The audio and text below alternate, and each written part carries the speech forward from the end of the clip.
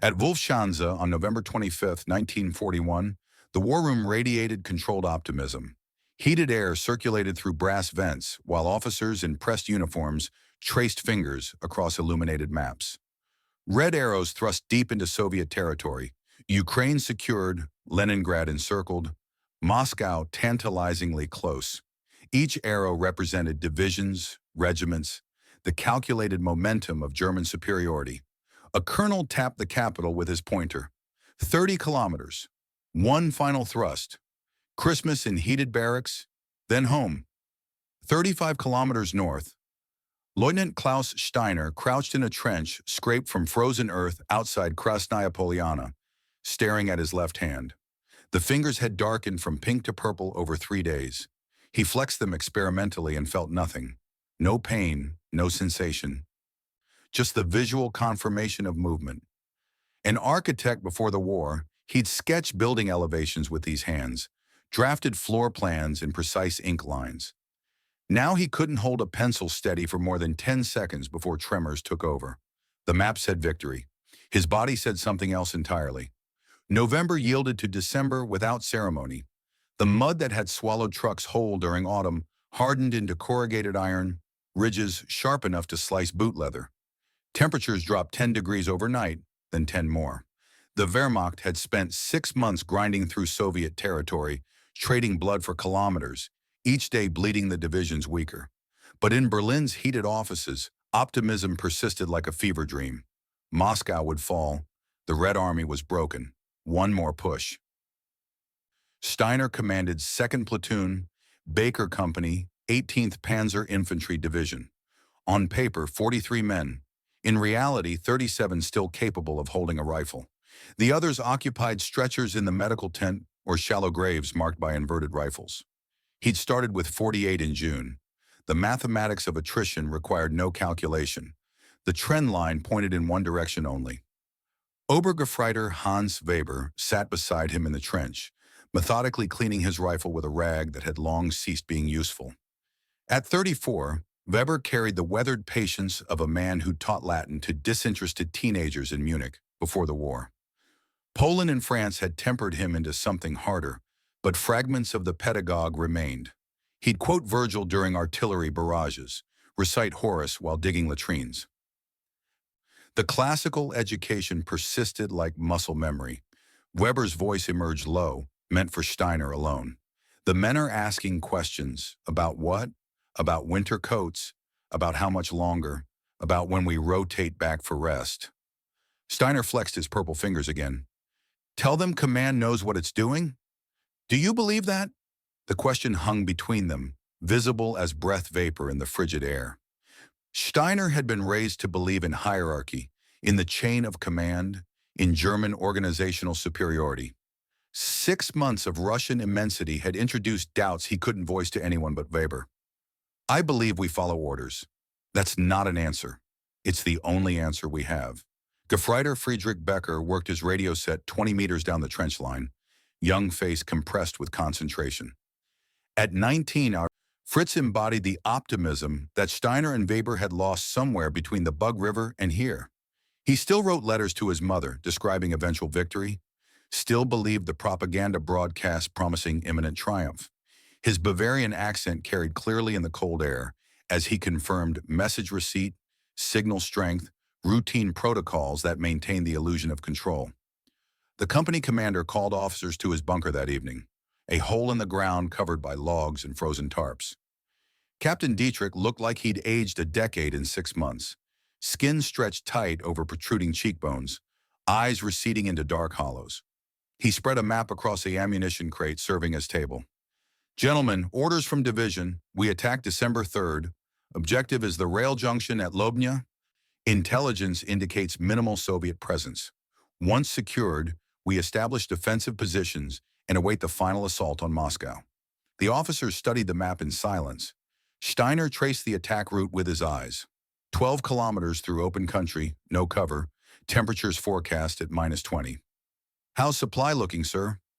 Dietrich's pause contained multitudes. Winter uniforms are in transit. Expected arrival before the attack. Expected, Steiner noted. Not confirmed. He kept his face neutral. The men cheered weakly when Dietrich announced the offensive at morning formation.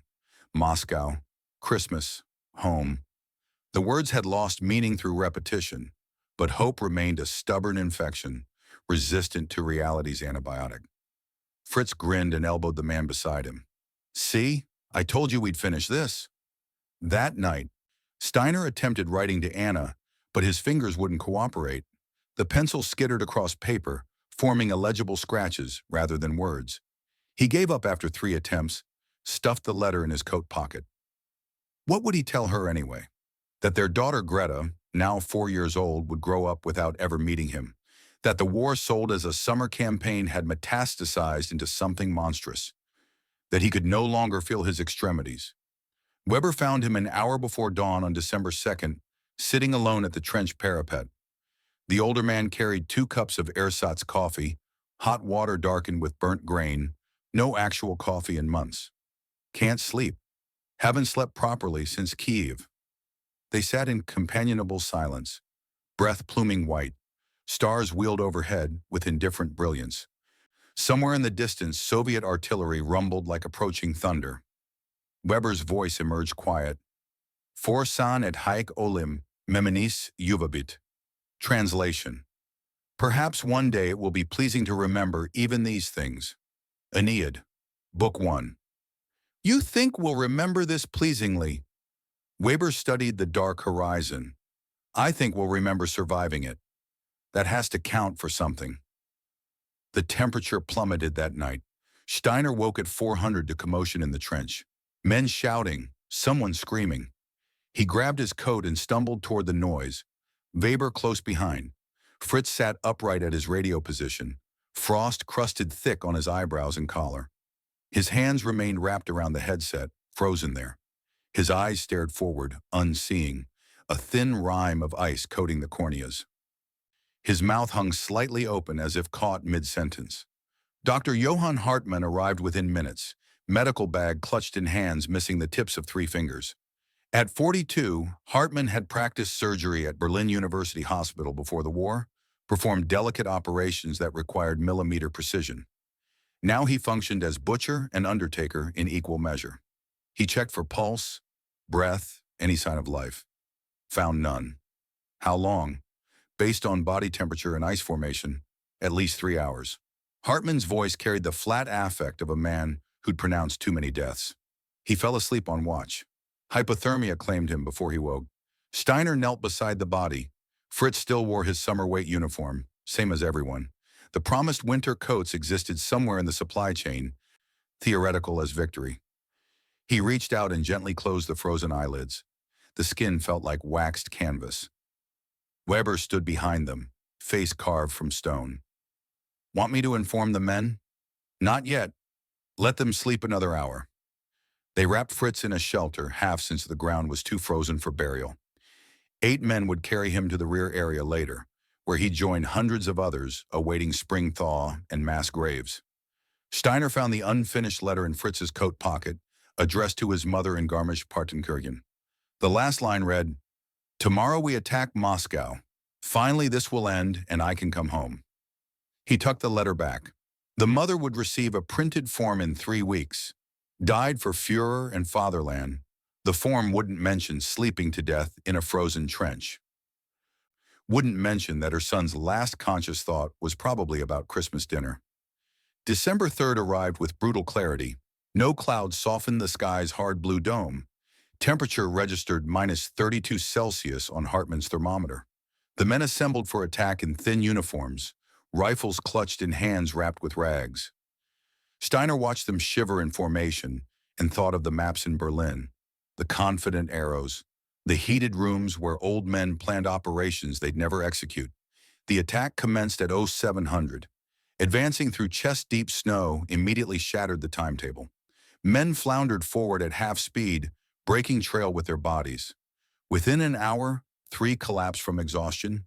Within 2 hours, Soviet resistance materialized, not the minimal presence intelligence had promised, but entrenched positions with interlocking fields of fire. That's when the weapons failed. Weber squeezed his MG-42's trigger, and the gun coughed 3 rounds before jamming solid. The lubricating oil had frozen to paste.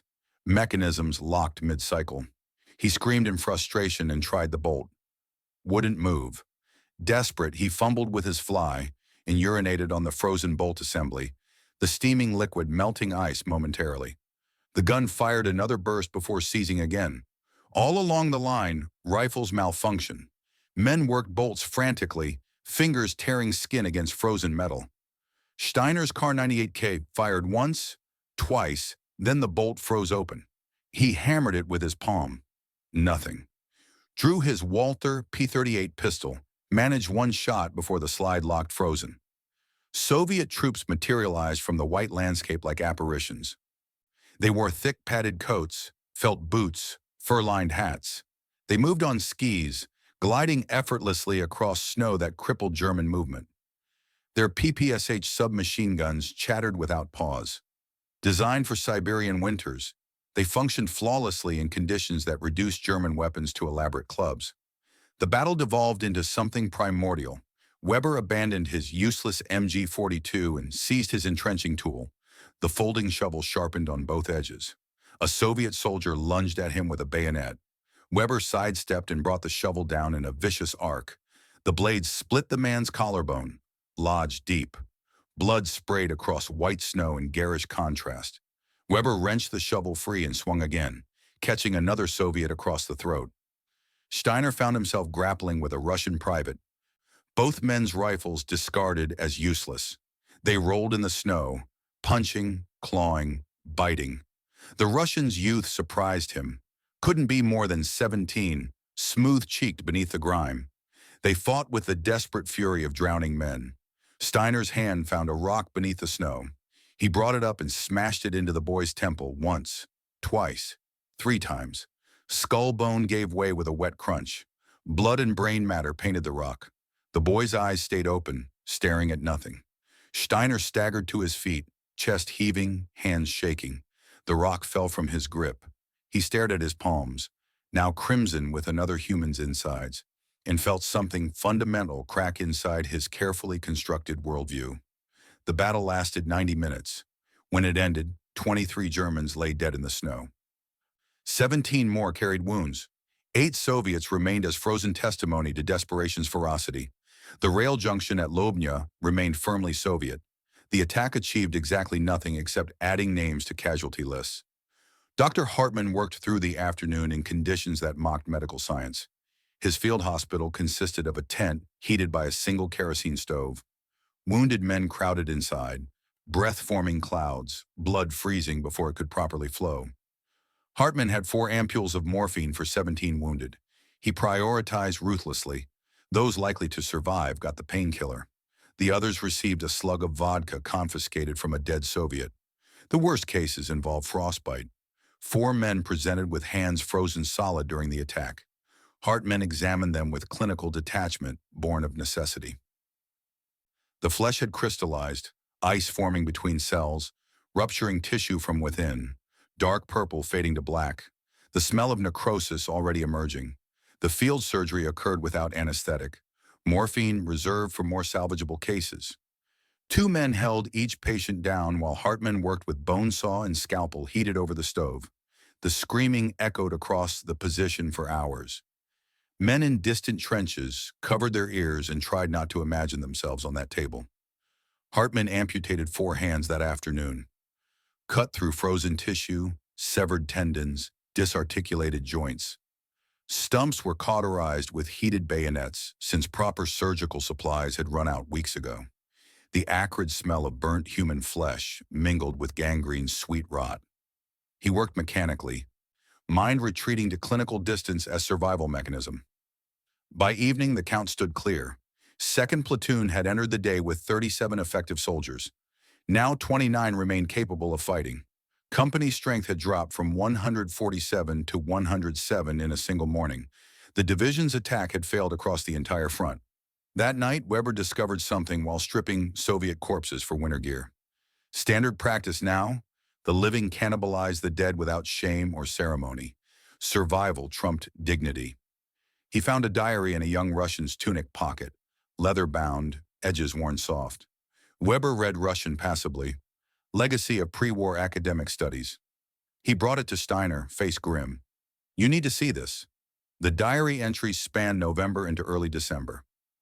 The Soviet soldier, name illegible from water damage, had written detailed observations.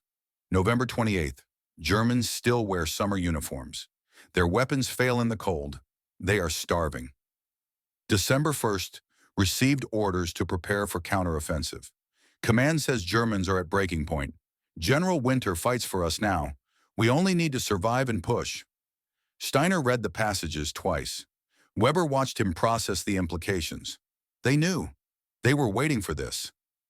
Winter is their weapon. They've been preparing. We haven't. The rational part of Steiner's mind, the architect who'd calculated stress loads and designed foundations, recognized the terrible logic. The Soviet Union traded space for time, absorbed the German advance, waited for the one ally that never lost a Russian winter.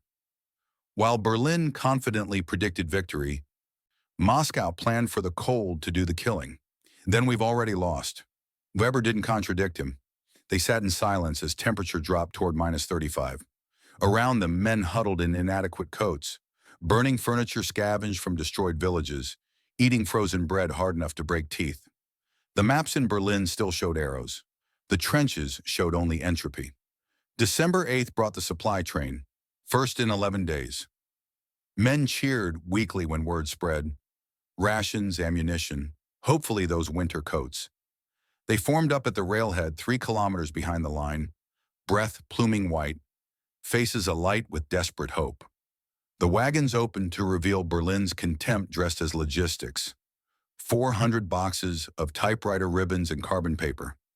200 bottles of French champagne, frozen solid. Glass exploded into glittering shards. 50 crates of tropical uniforms meant for North Africa, somehow misrouted to the frozen hell of Russia. 12 boxes of 88mm shells for guns they didn't possess. 3 winter coats for 107 men. The silence lasted 5 seconds before erupting into chaos. Men surged forward, grabbed at the coats. Someone threw a punch. Another man drew his bayonet. Years of discipline and training dissolved into animal desperation. Steiner fired his pistol into the air. The sharp crack froze everyone mid-motion. Weber moved to flank him, hand on his holstered weapon. "Step back. All of you. Now." The men retreated slowly, eyes still fixed on those 3 precious coats. Steiner saw himself reflected in their faces, hollow-cheeked, desperate, reduced to base survival instinct. He made a decision. These coats go to Corporal Lang. Worst frostbite, both feet black. Private Schaefer, oldest man here at 47, and Private Muller, 6 children at home. But Herr Leutnant, no debate, no discussion. Those are the priorities. Weber materialized beside him, voice pitched low. "The others won't accept this. We're going to have a mutiny. Then we shoot the mutineers." Steiner's words emerged harder than intended. "But discipline stands, or we're just a mob waiting to freeze." The distribution proceeded without further incident, but something had fractured. Men looked at Steiner differently now, not with respect earned through competence, but with the wary calculation of animals watching another animal control scarce resources. He'd become gatekeeper to survival, and the role poisoned every interaction. Weber found him later, standing apart from the company. "We should strip Soviet corpses for coats. That's grave robbery. We're already robbing the living. What's a few dead Russians matter?" Steiner wanted to object on principle but couldn't formulate the argument. Weber was right. Morality became a luxury afforded only to the fed and warm. He gave permission with a nod. By morning, 2/3 of the company wore pieces of Soviet uniform, mismatched coats, oversized hats, boots taken from frozen feet. They looked less like Wehrmacht soldiers and more like some grotesque hybrid. German discipline crossbred with Russian survival pragmatism. Steiner documented the transformation in his diary. "We have become grave robbers. God forgive us." I wonder if he's still paying attention this far east. December 10th marked the day rations dropped from 1,500 to 1,000 calories. The field kitchen still functioned, barely, serving watery soup with occasional chunks of mystery meat. Steiner suspected the meat came from sources better left unexamined. The body needed 5,000 calories daily to maintain temperature at -35. The deficit meant slow starvation, body consuming itself to generate heat. The horses went first. The company's last 8 animals were slaughtered methodically. Each horse represented 3 days of meat for the entire unit. Steiner gave the order personally for Blucher, an aging mare who'd pulled supply wagons since Poland. She nuzzled his hand as he raised the pistol. Trusting to the last, he shot her between the eyes and walked away before the body hit the ground. The men butchered the carcasses with mechanical efficiency, steaks, organs, even bones for soup stock. Nothing wasted. They cooked the meat over open fires and ate in silent gratitude. Several men wept while chewing. Steiner couldn't tell if the tears came from relief or shame. By December 15th, the company had consumed all 8 horses. Hunger settled in like a patient predator. Men started obsessing about food, conversations circling endlessly around remembered meals. Steiner caught himself fantasizing about his mother's sauerbraten, the rich gravy over tender beef, bread dumplings soaking up flavor. The fantasy hurt worse than the hunger. Weber began boiling his leather belt in a pot scavenged from a destroyed village. 6 hours of simmering rendered it into glutinous paste that contained theoretical calories. Others followed suit. Belts, straps, saddles, pistol holsters, anything leather became food. The paste had no taste but filled stomachs temporarily, staving off the gnawing emptiness that made sleep impossible. Dr. Hartmann found Private Schneider chewing candle wax. The young soldier had packed half a candle into his mouth, working his jaw mechanically, swallowing indigestible paraffin. Hartmann tried to stop him, but Schneider shoved him away, eyes wild. 3 days later, Schneider died from intestinal blockage. His autopsy, performed in the open air since the medical tent was too cold, revealed a solid mass of undigested wax, occluding his bowels. Hartmann documented it clinically. Death by desperation. Scurvy announced itself in the 3rd week. Old wounds reopened as connective tissue dissolved. Men's gums bled constantly, staining teeth pink. Private Weber lost 2 molars while eating frozen bread. He spat them into his palm, studied them curiously, then pocketed them as souvenirs. On December 14th, the miracle occurred. A single Junkers U-52 transport fought through snowstorm and Soviet fighters to drop supply bags.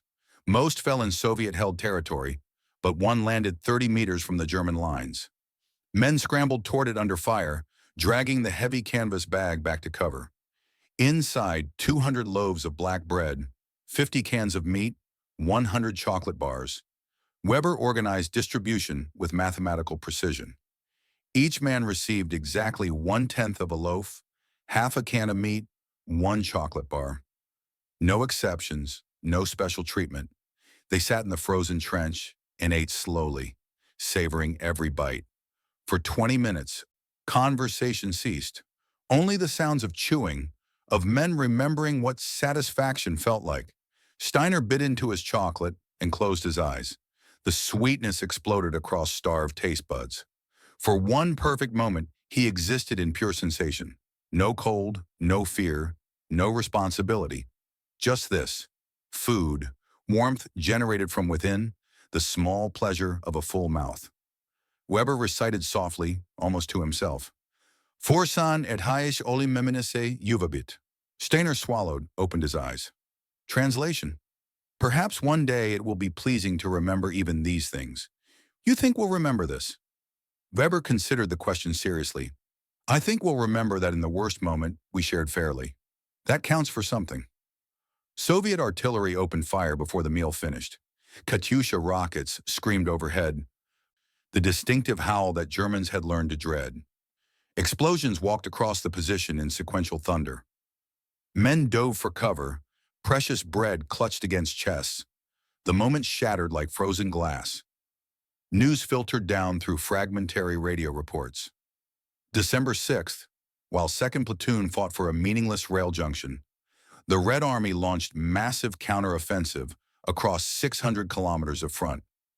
December 7th, multiple German positions reported Soviet attacks. December 9th, entire sectors collapsed.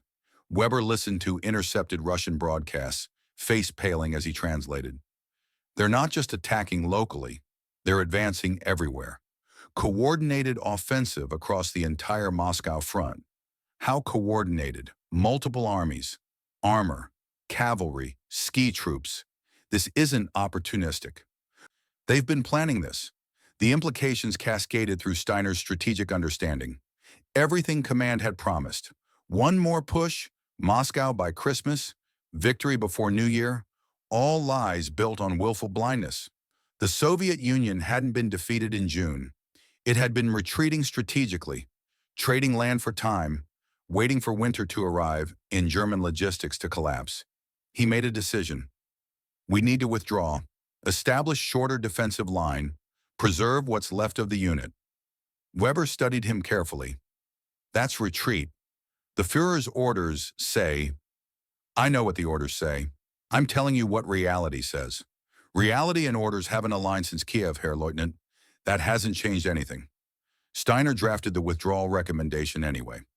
Routed it through proper channels to Captain Dietrich to battalion to regiment. He outlined the tactical logic. Current positions untenable, unit strength below combat effectiveness, supply lines severed, Soviet numerical superiority overwhelming. Requesting permission to execute fighting withdrawal to defensible terrain 40 kilometers west. The response arrived December 16th via radio. Steiner read it 3 times, hoping the words would somehow change. Führer order, no retreat, every position held to last man. Officers requesting withdrawal court-martialed, Heil Hitler. He read it aloud to Weber and the other section leaders. Silence greeted the pronouncement. Then Weber spoke, voice carefully neutral. That's insane. We're already surrounded on 3 sides. Those are the orders. Those orders will kill us all. I know. The group dispersed slowly, men absorbing the implications. Steiner sat alone in the command bunker, a hole barely deep enough to stand upright, walls frozen earth, roof logs covered by tarps. He studied the tactical map showing their position. Soviet forces marked in red occupied 3 sides. The 4th side remained nominally open, but under constant pressure. Simple mathematics indicated their pocket would close within days. He had perhaps 50 effective soldiers. Soviet intelligence estimated 300 enemy in immediate area, with reinforcements available. Ammunition for 2 days of heavy fighting. Food for 3 days at starvation rations. Medical supplies exhausted. Winter coats for 1/3 of the unit. And orders to hold to the last man. The impossible choice crystallized. Obey and die, or disobey and face execution for cowardice. The third option, surrender, didn't exist. Soviet treatment of German prisoners ranged from forced labor to immediate execution. The Commissar order had poisoned any hope of honorable surrender. Steiner thought about Anna and Greta in Dresden. Safe, warm, unaware, their husband and father sat in a frozen hole debating the least terrible way to die. He thought about the men under his command, young faces aged by horror, trusting him to lead them through impossible circumstances. He thought about the rock in his hand, smashing through a Russian boy's skull, and wondered when exactly he'd become the kind of man who killed children in the snow. He chose to obey, not from loyalty to Hitler, that had died somewhere between the Bug River and here, but from inability to imagine the alternative. If he retreated without orders, the Feld Gendarmerie would shoot him. Then they'd shoot Weber for following his orders. Then the next officer would face the same impossible choice. Someone had to stand and die so the system could maintain its delusion of control. Better me than forcing the decision onto another. December 18th arrived with temperatures plunging to -38. Soviet forces launched their assault at 200, exploiting darkness and cold that turned German defensive positions into frozen tombs. The attack began silently. Soviet scouts infiltrated the wire, cut through with insulated shears that didn't betray presence. They moved through German positions like ghosts, throats cut, sentries collapsing without sound. Weber discovered the infiltration when he found Corporal Lang sitting in his fighting position, head tilted back at an unnatural angle, dark wound gaping beneath his jaw. He sounded the alarm manually. Bell seized from destroyed church, rung frantically. The men scrambled from inadequate sleep into nightmare chaos. Soviet troops poured through breached perimeter, PPSH submachine guns chattering, grenades thrown into bunkers. Fighting devolved instantly into close-quarter savagery. Steiner found himself in a storage bunker with 3 Soviet soldiers, all rifles useless at arm's length. He killed the first with his entrenching tool, the sharpened blade catching the man across the face, splitting cheekbone like rotten fruit. The second he grappled hand to hand, thumb seeking the man's eyes. The third came at him with a knife. Steiner blocked with his forearm, felt the blade slice through coat and muscle. Punched the Soviet's throat with his free hand.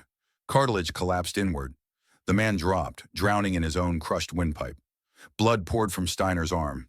He wrapped it crudely with a torn sleeve and stumbled back into the fighting. The village became labyrinth of death.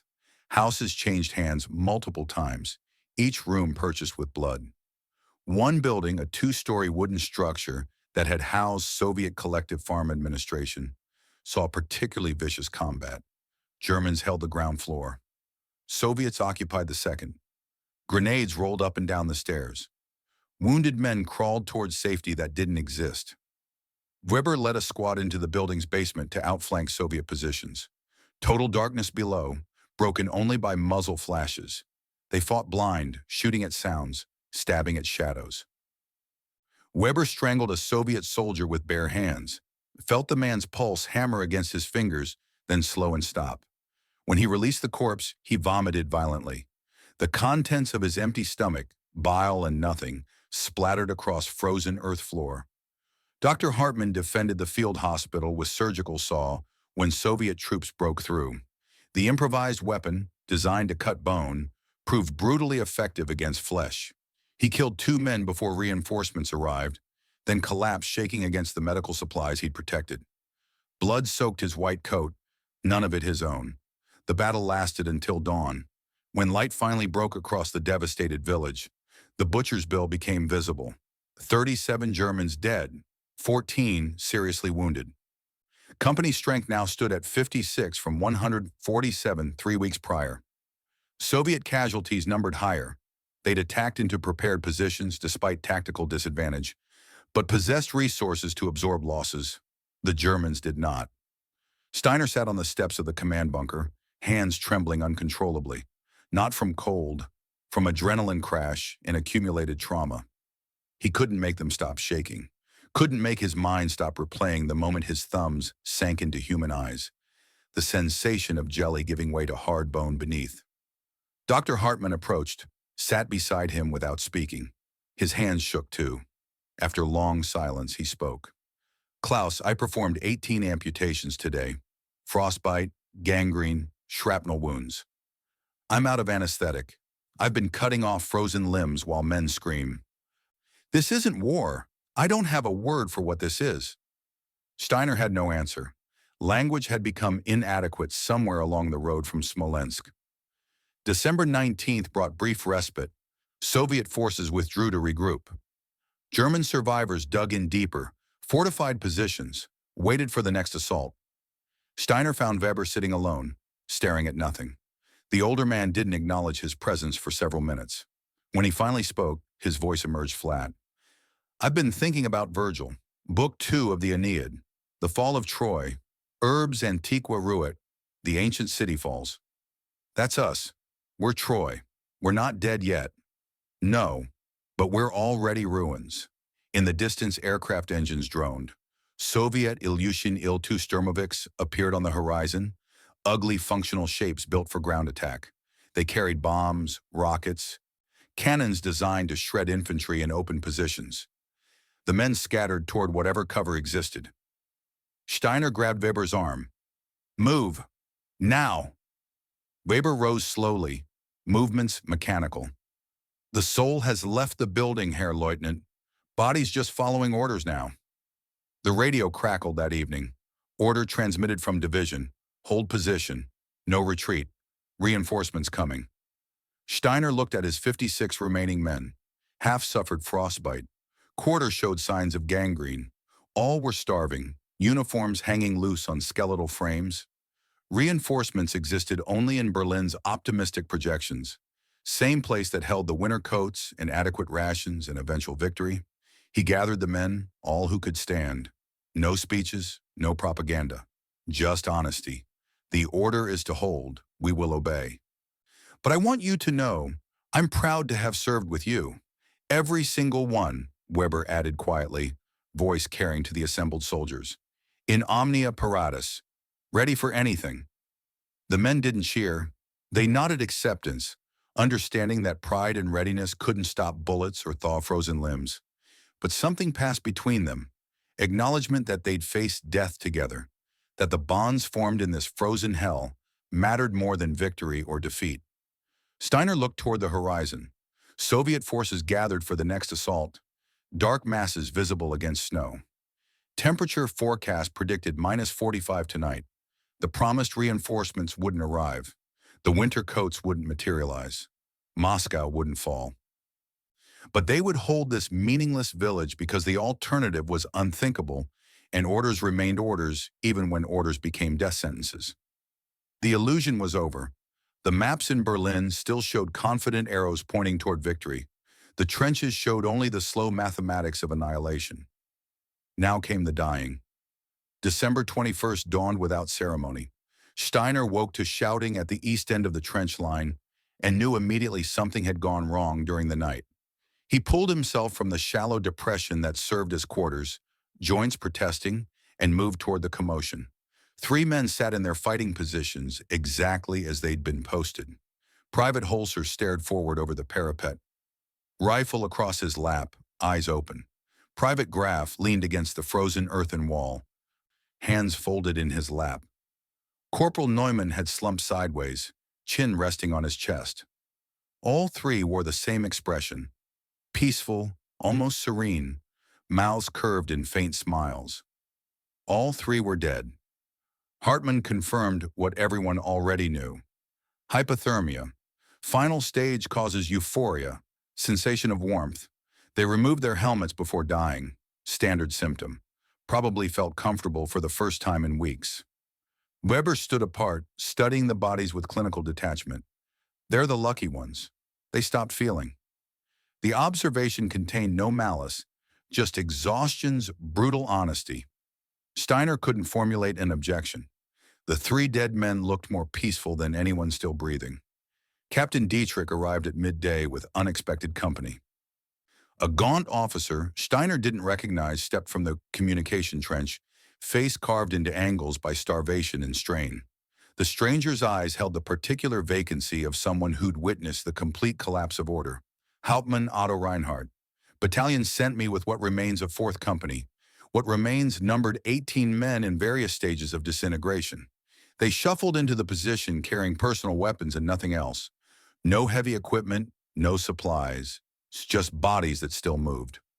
Reinhardt himself looked like an anatomy lesson. Skin shrink-wrapped over protruding bones, uniform hanging loose enough to suggest he'd lost 15 kilos. Dietrich gestured toward the assembled remnants. Combined strength, 74 men. 4th and 2nd Companies will merge under Hauptmann Reinhardt's command. Leutnant Steiner, you're his second. Understood. Reinhardt's first order came clipped and military precise. Officers to the command bunker. 5 minutes. They gathered in the cramped space. Reinhardt, Steiner, Weber, Hartmann, 2 surviving section leaders from 4th Company. Reinhardt spread the tactical map across the ammunition crate that served as furniture. Situation assessment. Current position is Mikhailovka village. Soviet forces on 3 sides. 4th side under pressure. Ammunition for 48 hours, heavy fighting. Food for 72 hours at current rations. Medical supplies exhausted. He paused, eyes moving from face to face. Anyone disagree with that analysis? Silence confirmed the assessment. Then we need a realistic supply timeline. Doctor, you have the medical perspective. Hartmann pulled a small notebook from his coat, pages filled with cramped handwriting. I've been tracking consumption versus requirements. Current ration is 400 calories per man per day. The human body burns 5,000 calories daily at -40 to maintain core temperature. Deficit of 4,600 calories per man. The mathematics. Each man is losing 500 grams of body weight daily. Most have already lost 15 to 20 kilos since October. Multiple organ failure begins at 4 weeks of sustained deficit. Mass death at 5 weeks. Reinhardt absorbed this without visible reaction. Time to organ failure. 3 weeks, plus or minus 5 days depending on individual reserves. When did the starvation timeline begin? December 1st by my calculation. That gives us until approximately December 22nd for mass casualties. Reinhardt checked his watch. Tomorrow. Hartman nodded. The wounded will go first. They can't generate heat efficiently. Then the sick. Then anyone with pre-existing conditions. The healthy might last another week. What about resupply? Steiner answered before Hartman could. There is no resupply. The trains aren't coming.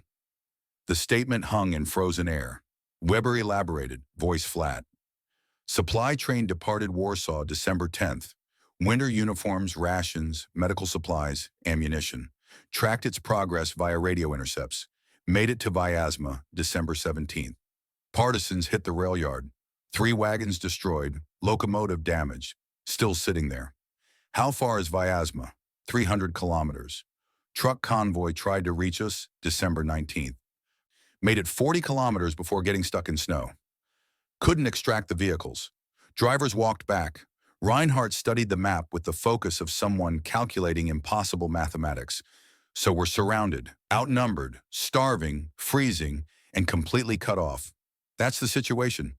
Anyone have good news to balance this? Weber's response came deadpan. It's not snowing right now. The gallows humor broke tension momentarily. Reinhardt almost smiled. Then his face settled back into professional mask. Dismissed. Steiner, stay. The others filed out. Reinhardt waited until the bunker emptied before speaking. You wrote the withdrawal request. Yes, the one that got labeled insubordination. I outlined tactical reality.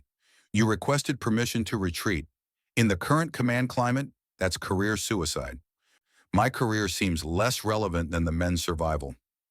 Reinhardt studied him carefully. I commanded 200 men 3 weeks ago. Lost the entire company in a fighting retreat near Klin. I was ordered to hold a bridge. I held it for 6 hours. Then Soviet armor appeared and I ordered withdrawal. Saved 40 men. Was relieved of command for cowardice. He pulled out a silver cigarette case, offered one to Steiner. Both lit up. First tobacco in days. Rough Soviet makorka scavenged from corpses. These 18 men are what remains after my relief. Berlin sent me here as punishment posting. Command someone else's leftovers. Die quietly without embarrassing the system. Why are you telling me this? Reinhardt exhaled smoke slowly. Because you're thinking the same thing I thought at Klin. That saving men matters more than following insane orders. I want you to understand what happens when you follow that instinct. They don't court-martial you. They just assign you to die somewhere else. The implications settled heavy.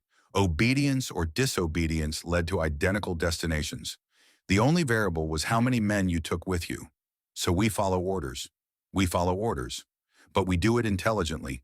Find every loophole, every ambiguity, every technicality that lets us preserve men within the bounds of acceptable interpretation. That's a narrow window.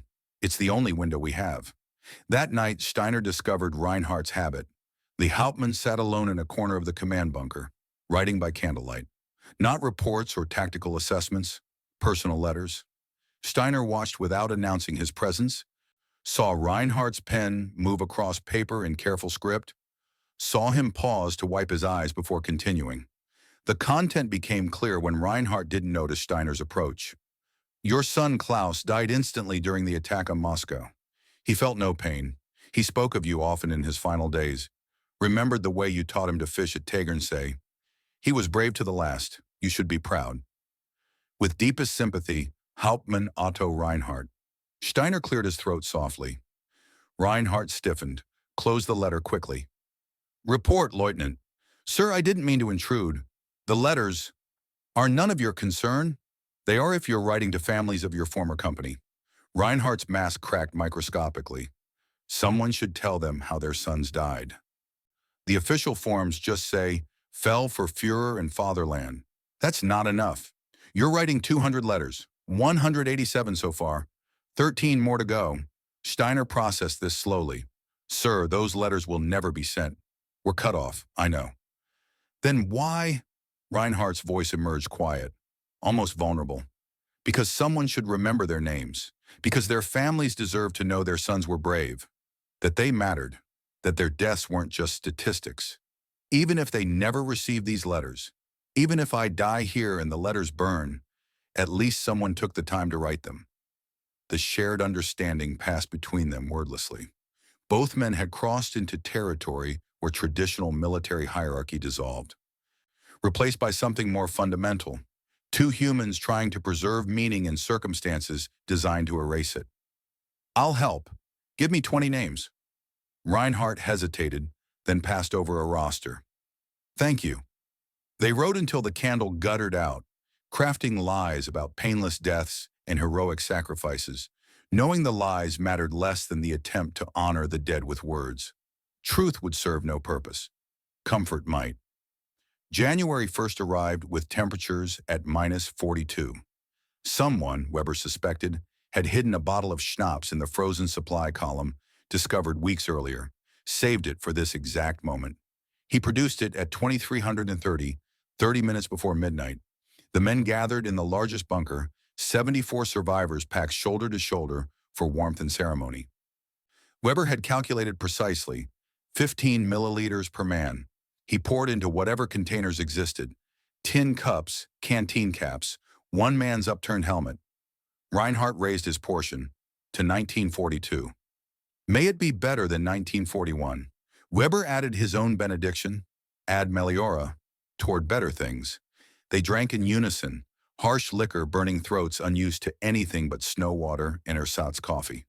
For 30 minutes, conversation shifted away from hunger and cold and Soviet attacks. Men reminisced about peacetime, told stories worn smooth through repetition. Private Miller described his mother's Christmas stolen, the candied fruit and marzipan, the dusting of powdered sugar. His voice took on dreamy quality, as if speaking of something holy. Steiner found himself talking about Greta without conscious decision. She was born in May. Anna writes that she has my eyes, dark brown. She laughs when the cat purrs, apparently. Just this bubbling giggle that makes everyone smile. What's her name? Greta, after my grandmother. Pretty name.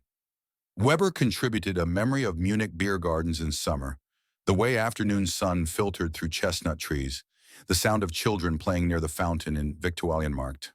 His voice wavered slightly. I used to sit there between classes, grade Latin exams, watch the world move past. Thought it would always be there waiting. It will be. We'll see it again. Hartmann spoke quietly from the corner. This is what we're fighting for. Not Hitler, not ideology. Each other. Home. The chance to sit in a beer garden again and remember when we couldn't. The moment crystallized into something fragile and precious. These starving, frozen, traumatized men smiled. Remembered humanity existed beyond this frozen hell. Held on to the fiction that home still existed and they might reach it. Soviet artillery shattered the illusion at year 015. Katyusha rockets screamed overhead, distinctive howl that preceded obliteration.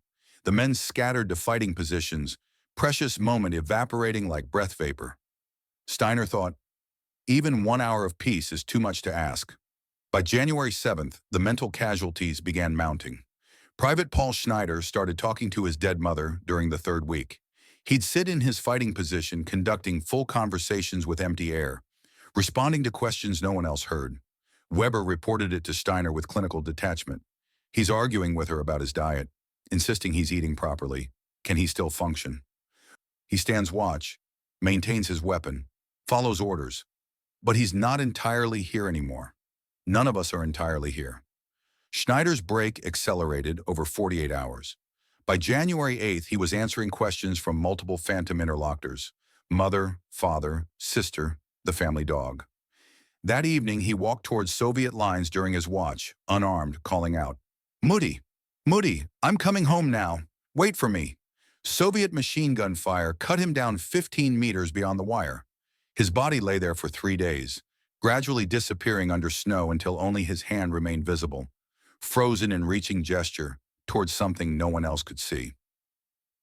Unteroffizier Franz Klein's suicide happened January 9th. Hartmann found him in the basement of a destroyed building, Walter P-38 on the ground beside his body.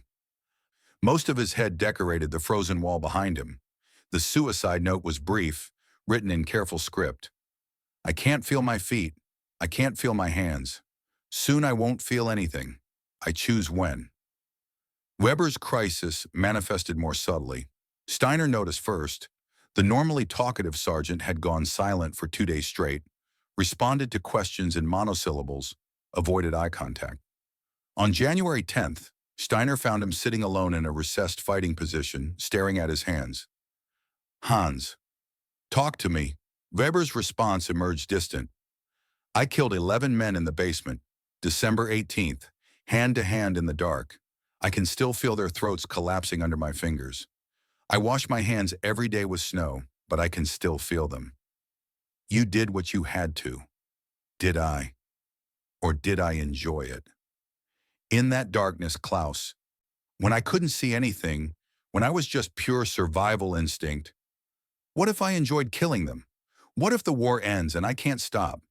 You're not a murderer. You're a soldier in impossible circumstances. What's the difference? Weber turned to face him directly, eyes hollow. I teach Latin to children in peacetime. Conjugate verbs, decline nouns, Parsi Cicero. Now I strangle men with my bare hands and wonder which version is real, the teacher or the killer. Both are real. Both are you. That's what terrifies me, that I could slide between them so easily, that the distance from pedagogue to predator is shorter than I thought. Steiner had no adequate response. The same question haunted him. The architect who'd calculated building loads now calculated the most efficient way to kill another human with improvised weapons. Which version would survive this war, assuming any version survived at all? Hartmann prescribed the only medicine available, his personal flask of brandy hoarded through months of deprivation. He pressed it into Weber's hands. Drink this, sleep. Tomorrow we need you functional. What if I don't wake up? Then you'll finally rest. Weber drank, grimaced at the burn, drank again. Within an hour he was unconscious. Not sleep exactly, but the body shut down when pushed past sustainable limits. Steiner and Hartmann sat watch over him, two men keeping vigil over a third who'd reached the breaking point they all approached. By January 11th, 15% of the remaining men showed signs of combat exhaustion severe enough to impair function. They stared at nothing, failed to respond to direct questions, wept without provocation. Hartmann documented each case with clinical precision, knowing the documentation served no purpose except bearing witness. No treatment existed. No evacuation was possible. They either recovered through sheer will or they broke completely. The discovery came that same evening. Steiner went looking for Reinhardt to discuss watch rotations and found him alone in the command bunker, surrounded by papers. The Hauptmann didn't notice Steiner's arrival, too focused on his writing. Your son Friedrich was killed during a Soviet counterattack. He died defending his comrades, buying time for others to reach his safety. He spoke often of your support, how you encouraged his interest in engineering. That gift you gave him, the drafting set, he carried it until the end. You raised a hero. Signed, Hauptmann Otto Reinhardt. Steiner watched silently as Reinhardt paused, rubbed his eyes with thumb and forefinger, then continued writing. The pile of completed letters had grown, must be 40 or 50 now, all addressed to families who'd never received them, all describing deaths that had occurred weeks ago in circumstances Reinhardt hadn't witnessed. The Hauptmann finally sensed presence and looked up. His face cycled through emotions, surprise, embarrassment, defiance, before settling on exhaustion. Go ahead. Say it. Say what? That I'm wasting time writing letters that will never be sent. That this is pointless. Is that what I should say? It's what everyone thinks. Steiner stepped fully into the bunker, picked up one of the finished letters, read it carefully. The prose was good, personal, specific, comforting. This is Friedrich Becker's mother. He was the radio operator in my platoon, died December 2nd from hypothermia. I know, I reviewed the casualty reports from all units before writing. You didn't know him. You weren't there. No. But someone should tell his mother he mattered, even if she never reads it. These letters will burn when we die here. You know that. Reinhardt met his eyes directly. I write them anyway, because the alternative is letting them disappear without acknowledgement. Because maintaining the fiction that their deaths meant something helps me function. Because when I write that Private Schmidt died bravely, I'm reminding myself that bravery still exists. Steiner understood completely. The letters served as Reinhardt's survival mechanism, same as Weber's Latin quotes or Hartmann's meticulous medical documentation or Steiner's own journal entries. They were all creating meaning in a situation designed to erase it, building structures of significance from materials as fragile as hope. These are good. The families would want these. They'll never receive them. I'll die here. The letters will disappear. Maybe, but you wrote them anyway. That counts. Does it? Steiner considered the question seriously. Yes, because the impulse to document, to remember, to insist that individual lives matter, that impulse is what separates us from the system that sent us here to die for nothing. Reinhardt's mask cracked further, revealing the raw grief beneath. I lost 200 men. I was their commander. I was supposed to bring them home. Instead, I watched them freeze, starve, bleed out in snow. Every morning I wake up and wonder which of them I could have saved if I'd made different decisions. You can't carry that. Someone has to. The families will never know their sons' names. Someone needs to remember. Then we'll remember together. Give me 20 names. They wrote side by side until Arrow 300, crafting careful lies about heroic sacrifices and painless endings, knowing the truth that most died badly, slowly, in agony, served no purpose except compounding grief. Sometimes the kindest thing was a well-constructed fiction. January 12th brought the renewed Soviet assault everyone had been expecting. It began at dawn with artillery preparation, shells landing in careful pattern to suppress German positions. Then came the infantry, advancing in waves, accepting casualties as cost of eventual victory. The first attack hit the eastern perimeter at 6:15. German defenders fired from prepared positions, magazines running dry quickly, falling back to conserve ammunition. By 0730, the Soviets controlled the village's eastern edge. By 0900, they'd pushed to the center. House to house fighting consumed the day. The same buildings changed hands multiple times, rooms purchased with blood and held until the next assault reversed ownership. Steiner led a counterattack to retake the former Collective Farm Administrative Building, 2 stories of log construction that commanded sight lines across half the village. They went in fast, grenades preceding movement, shooting anything that moved. Third floor belonged to Soviets who'd fortified the stairwell. Steiner's assault team got pinned halfway up, taking casualties, unable to advance or retreat. Weber appeared with a solution: Molotov cocktails fashioned from vodka bottles and gasoline siphoned from frozen vehicles. He hurled 3 up the stairwell in rapid succession. The narrow space channeled flames upward like a chimney. Soviet soldiers emerged screaming, clothes ablaze, and were cut down methodically. The smell of burnt flesh filled the building, overlaid with gunpowder and fear sweat. By sunset, the building remained in German hands, but it cost them 11 men, 8 dead, 3 wounded critically. Tactical value of one administrative building? Negligible. Cost of holding it? Irreplaceable. January 13th saw the pattern repeat. Soviet attacks, German defense, incremental advances purchased with disproportionate casualties on both sides. The line contracted slowly, village shrinking as defenders abandoned untenable positions. Weber personally killed 4 Soviet soldiers that day with his entrenching tool. Each death occurred at close range, the sharpened blade splitting skulls, severing arteries, doing damage no training manual described. After the 4th, he collapsed against a wall and wept. When Steiner found him, Weber's hands shook so badly he couldn't light a cigarette. I can't keep doing this. Klaus, I physically cannot keep killing people with a shovel. You don't have a choice. Everyone has a choice. I choose to stop. Then we all die. Your section depends on you. They need you functional. What if I'm not functional? What if I'm just broken pieces held together by discipline and inertia? Then you're the same as everyone else. We're all broken pieces. The question is whether we break alone or together. Weber accepted the cigarette Steiner lit for him, inhaled deeply. Morituri te salutant. Those who are about to die salute you. We're not dead yet. Give it time.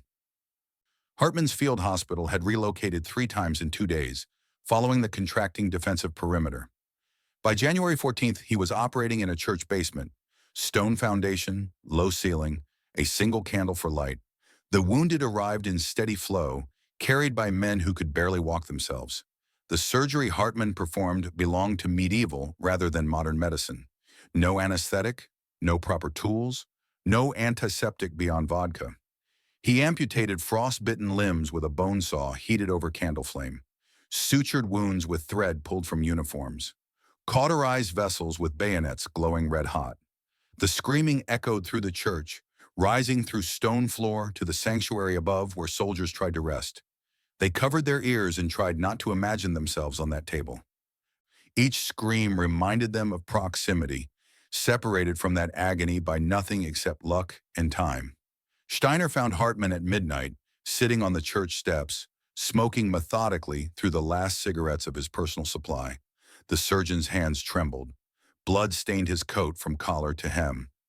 "I performed 23 amputations today, 17 frostbite, 6 traumatic injury. 2 men died on the table from shock.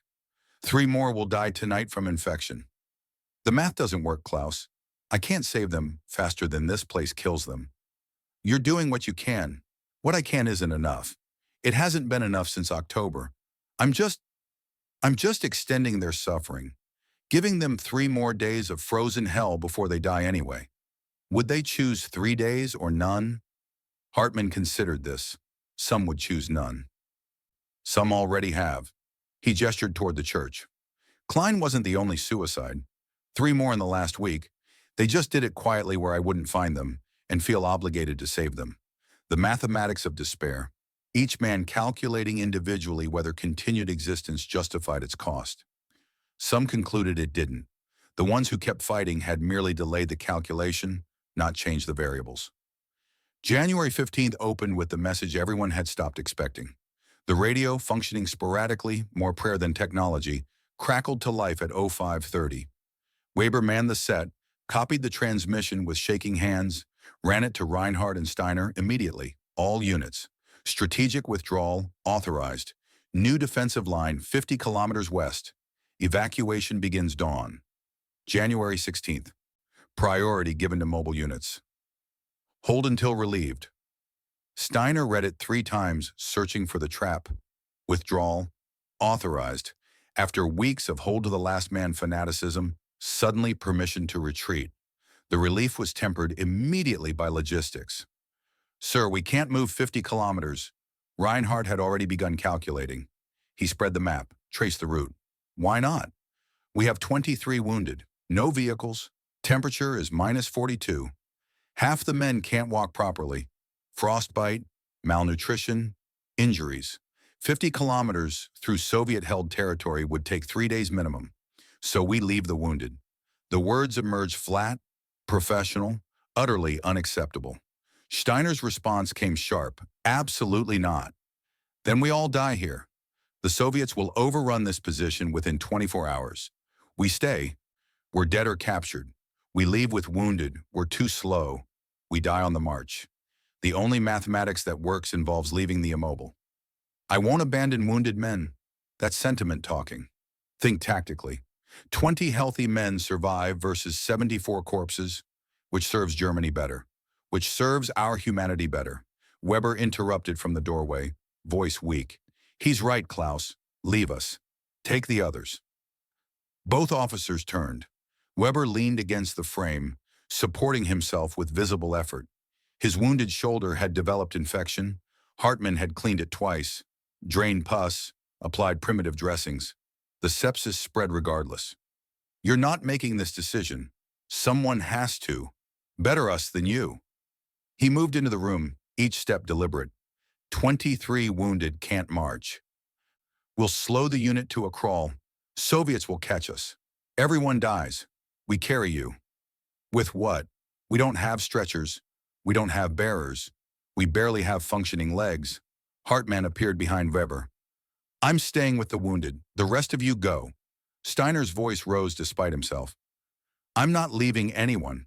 That's not negotiable. Then you're killing us all for pride, for principle. We don't abandon our own.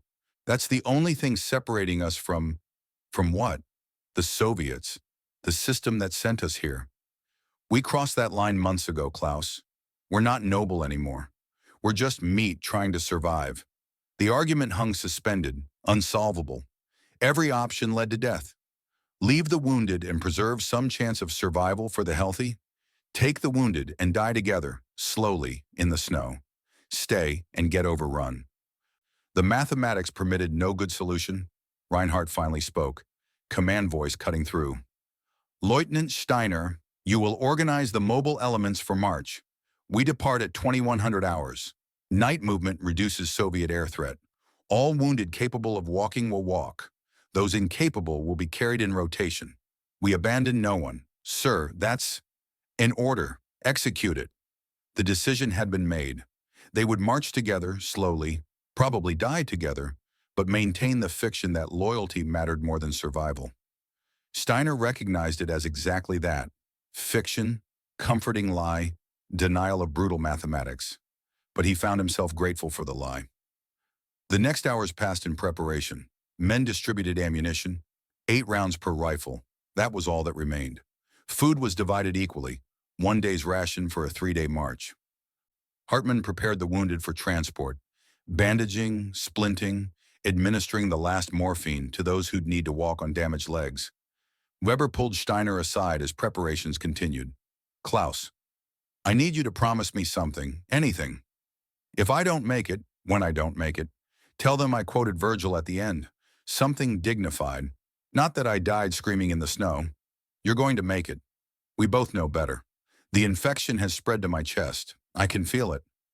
Maybe 3 days before sepsis takes me. Maybe less. Steiner wanted to object, but couldn't formulate the words. Weber's assessment was probably accurate. The wound looked worse every day. Red streaks spreading from the entry point.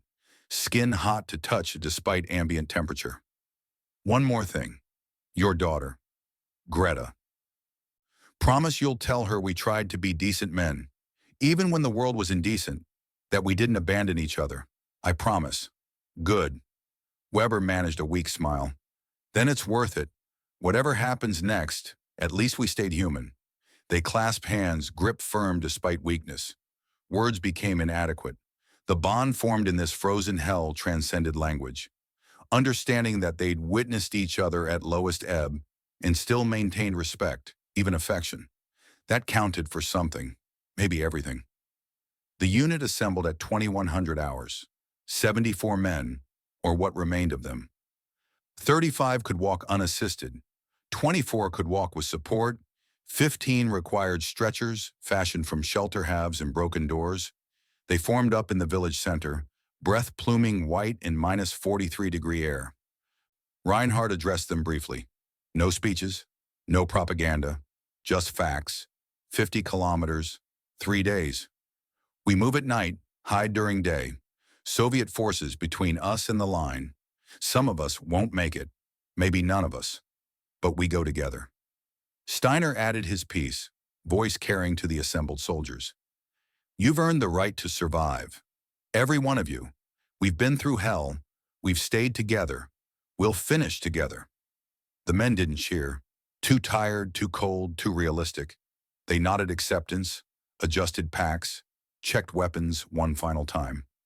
Some glanced back at Mikhailovka, the village they'd defended for weeks, soon to be abandoned.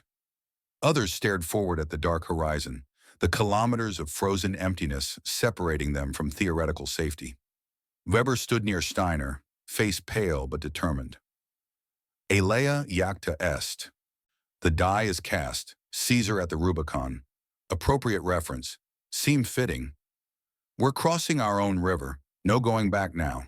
The column moved out at 21:15, slow procession of damaged men carrying their wounded through snow that reached mid-thigh. They walked into darkness, temperature dropping with each hour. Behind them, Mikhailovka burned. Reinhardt had ordered demolitions to deny shelter to Soviet forces. The flames cast long shadows across snow, orange light dancing across white canvas.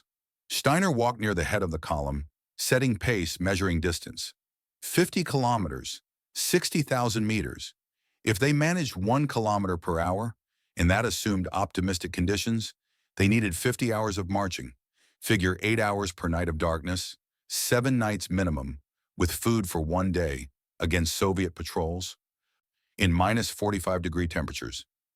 The mathematics suggested death, but mathematics had never accounted for human stubbornness, the peculiar defiance that emerged when no rational hope remained. They would march because the alternative was sitting still and freezing. They would carry each other because abandonment meant losing the last fragments of humanity. They would reach the line because believing in arrival was the only thing keeping legs moving, or they would die trying. Either way, the choice had been made. Weber stumbled at hour 3, caught himself, stumbled again. Steiner moved to support him, but Weber waved him off. Save your strength. You'll need it. We're in this together. Then shoulder me in another hour. Right now I can manage. By hour 5, Weber couldn't manage anymore. He collapsed in the snow, breathing labored, skin burning with fever despite the cold. Hartmann checked him quickly. Sepsis is accelerating. Temperature over 40 Celsius. He needs antibiotics we don't have. How long? Maybe tonight. Maybe tomorrow. Not much longer.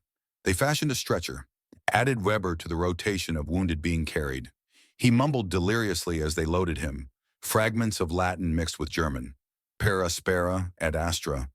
Through hardships to the stars. Then something about Troy burning. Then silence except for labored breathing. The column pressed forward through the long night. Men collapsed and were carried. Others took their place as bearers until they collapsed. The mathematics of exhaustion continued its inexorable calculation. By dawn, they'd covered 8 kilometers, 16% of the journey. 42 kilometers remained. They found shelter in an abandoned collective farm, burned buildings, collapsed roofs, but enough standing walls to provide concealment from Soviet observation. The men collapsed into whatever spaces they could find, too exhausted to eat, too cold to sleep properly. They existed in suspended state between consciousness and shutdown. Steiner sat against a wall next to Weber's stretcher. The older man's breathing had become irregular, wet rattling that suggested lungs filling with fluid. His eyes opened periodically, focused without seeing, closed again. At noon, Weber rallied briefly. His eyes cleared, focused on Steiner. Klaus, it's time. Don't say that. Rest. We'll get you home. Weber managed a weak smile. Liar, but I appreciate the effort. He coughed, crimson spray speckling his lips. Tell me about Greta. One last time. What does Anna say about her? Steiner's throat tightened, but he forced the words out. She laughs at the cat. Has your sense of humor, apparently. Finds everything funny. Anna says she's fearless. Climbs on everything. Afraid of nothing. Good. The world needs fearless women. Going to need them to rebuild after we're done destroying everything. You'll meet her. When you get home, you'll... Hans Weber died at 13:47 hours on January 16, 1942. The sepsis had spread to his heart, shut down organs one by one. He went quietly in the end, breath simply stopping between one rattle and the next. His last word was Latin, barely audible. Requiescat. Let it rest. Hartmann closed his eyes, noted time of death in his medical log. Cause, septic shock from combat wounds, complicated by malnutrition, exhaustion, exposure. Real cause, Russia. They buried him in the snow that afternoon, no time for proper grave. Wrapped in his Soviet greatcoat, words from Virgil read over him by Steiner, who stumbled through the Latin pronunciation. Forsan et hic olim meminisse juvabit. Perhaps one day it will be pleasing to remember even these things. But Steiner doubted he'd ever remember this pleasingly. Would only remember Weber's hands strangling Soviet soldiers, his voice reciting classical poetry in frozen trenches, his final words about rest. Would remember failing to save him despite promises. Would carry that weight home, assuming home still existed and he reached it. They marched again at dusk, 73 men now. The column moved slower, burdened by grief compounded onto exhaustion and hunger. Ahead lay 40 kilometers, 2 more nights of frozen march. Soviet forces between them and safety. Behind lay Mikhailovka's smoking ruins and Weber's shallow grave, and every illusion that had survived this far. The war had taken everything: innocence, faith, hope, friends, What remained were damaged men moving through darkness because stopping meant death and moving meant death, but at least moving felt like defiance. Steiner thought of Greta, laughing at the family cat, fearless and joyful in Dresden. Thought of Anna waiting for letters that came intermittently or not at all. Thought of home as abstract concept, place that might not exist anymore or might never have existed outside imagination. The column walked into the white darkness. Temperature dropped toward -45. Soviet patrols moved somewhere in the night. Wolves howled in the distant forest, drawn by scent of death that followed the German retreat. They walked because walking was all that remained. The second night claimed 4 men before dawn. They simply stopped walking, sat in the snow, refused to rise despite shouts and physical shaking. Their eyes held the peculiar distance of those who'd finished calculating and reached conclusions. Steiner ordered them left. The column couldn't wait, couldn't spare carriers for men who'd chosen termination. He told himself they'd catch up later, knowing they wouldn't, knowing he'd added 4 more names to the list of failures that grew longer than any list of successes. By first light on January 17th, they'd covered another 6 kilometers. 36 remained. The mathematics ground forward with mechanical indifference. The terrain changed as they pushed west. Fewer villages, more open steppe. The land stretching flat and white to horizons that seemed to retreat as they advanced. Concealment became problem. Any Soviet patrol with binoculars could spot them from kilometers away. Dark figures crawling across white canvas like insects on paper. Reinhardt called halt in a depression that offered minimal cover, a geological wrinkle in the landscape, perhaps 3 meters deep, running north-south for half a kilometer. The men collapsed into it gratefully, burrowing into snow for insulation. Steiner did quick count, 69. 4 more had vanished during the night march, absorbed by darkness without announcement. Whether dead, captured, or simply wandered off in delirium, he'd never know. Hartmann moved among the wounded with dwindling supplies. Bandages had run out days ago. He used strips torn from the dead's uniforms. Morphine was memory. He dispensed what comfort remained: words, presence, lies about recovery. The medical bag now contained only basic instruments and the systematic documentation of failure. The doctor sat beside Steiner after completing rounds, face hollowed to skull beneath skin. "I've got 13 men who won't survive another night. Frostbite advancing to gangrene. Infection spreading. Organ failure beginning. They need hospital care, antibiotics, warmth, nutrition. They need things that don't exist out here. Can they walk? 6 can walk with support. 7 need to be carried. Then we carry them. Klaus, we're at the edge. The men carrying stretchers are barely stronger than those being carried. Another 12 hours and the equation inverts. More immobile than mobile. What are you suggesting?" Hartmann's silence was answer enough. Steiner shook his head before the thought completed. "No, we don't leave anyone.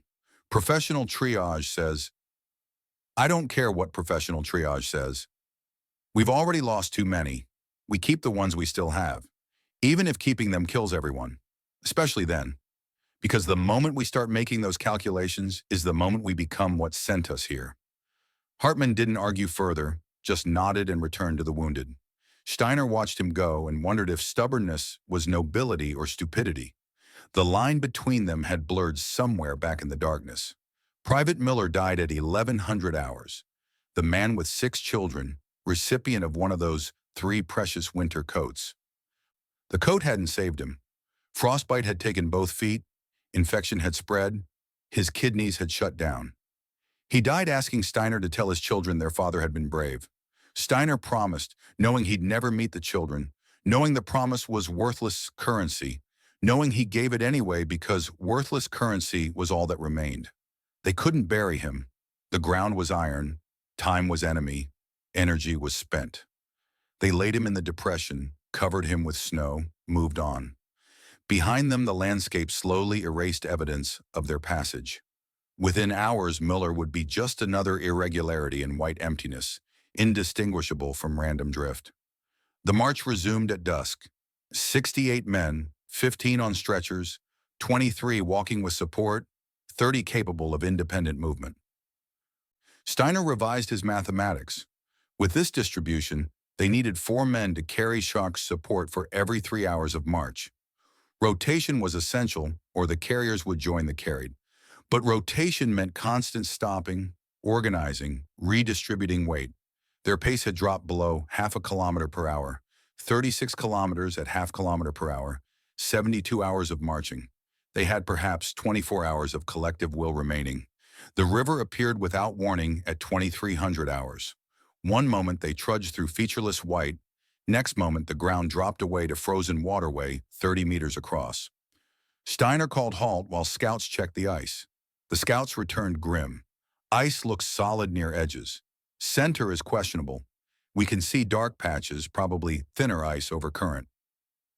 The river doesn't fully freeze because it flows fast. Can we go around? Banks are steep both directions. Going around means adding 5, maybe 8 kilometers. We'd have to find a bridge or ford. We don't have 5 kilometers in us. We cross here. Herr Leutnant, the ice? We cross or we die here. Those are the options. Reinhardt had moved up during the exchange. Agreed. We cross. But we do it intelligently. Lightest men first. Space out the crossing, no more than 3 men on ice simultaneously. Stretchers get dismantled, wounded carried individually. The crossing began at midnight. Temperature had dropped to -47. Hartmann's thermometer recorded it before the mercury froze solid. The first men stepped onto ice tentatively, testing each footfall, spreading weight. The ice groaned beneath them, deep creaking that suggested structural stress. But it held. 12 men crossed safely, then 15, then 20. Hope began building. Maybe they'd make it. Maybe the ice would cooperate. Maybe luck would finally balance the scales. Private Thomas Koch stepped onto the ice at 01:37 hours, moving slowly, following the safe path previous men had marked. He was halfway across when the ice spoke. Sharp crack like rifle shot. Koch froze mid-step. The ice cracked again, spiderweb fractures radiating from his position. Get off! Move! Koch tried, took one step. The ice gave way. He dropped through with barely a sound, black water swallowing him instantly. 2 stretcher bearers standing nearby lunged to help. The ice beneath them fractured simultaneously. All 3 went under. Steiner and Reinhardt threw ropes toward the holes but saw nothing. The current ran fast beneath the ice, 3 meters per second, pulling bodies downstream under the frozen surface. By the time men reached the holes with poles, probing for survivors, the current had carried them too far. Temperature of water, -2 Celsius. Survival time, 90 seconds before incapacitation, 5 minutes before death. They searched for 10 minutes, breaking through ice downstream, finding nothing. The river had taken 3 men and wouldn't return them. 40 meters downstream, they spotted Koch's hand protruding through an ice window. Small patch of thinner ice where the frozen surface was translucent. His hand pressed against it from below, fingers splayed, frozen in that position. They tried to break through, but the ice was too thick, the current too strong.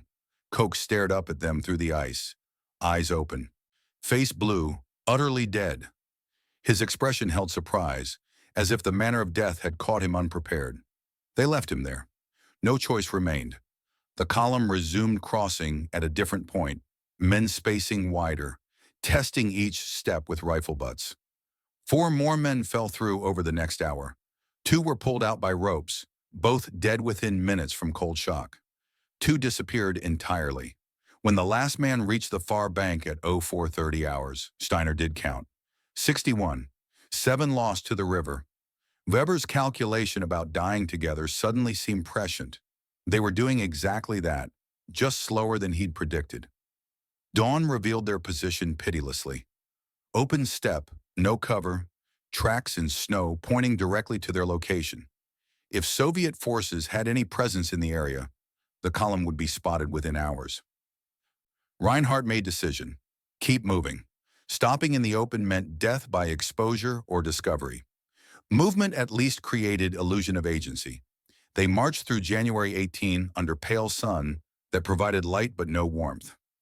Men stopped trying to brush the snow from uniforms. The white camouflage was accidental advantage. They moved like ghosts across ghostland, silent except for labored breathing and occasional cry when someone collapsed. Hartman pronounced 3 men dead during daylight hours. All had been walking, just stopped mid-stride, stood swaying momentarily, fell forward. Hearts simply quit, too exhausted to continue. The other men walked around the bodies without comment, too tired to mark the deaths with ceremony.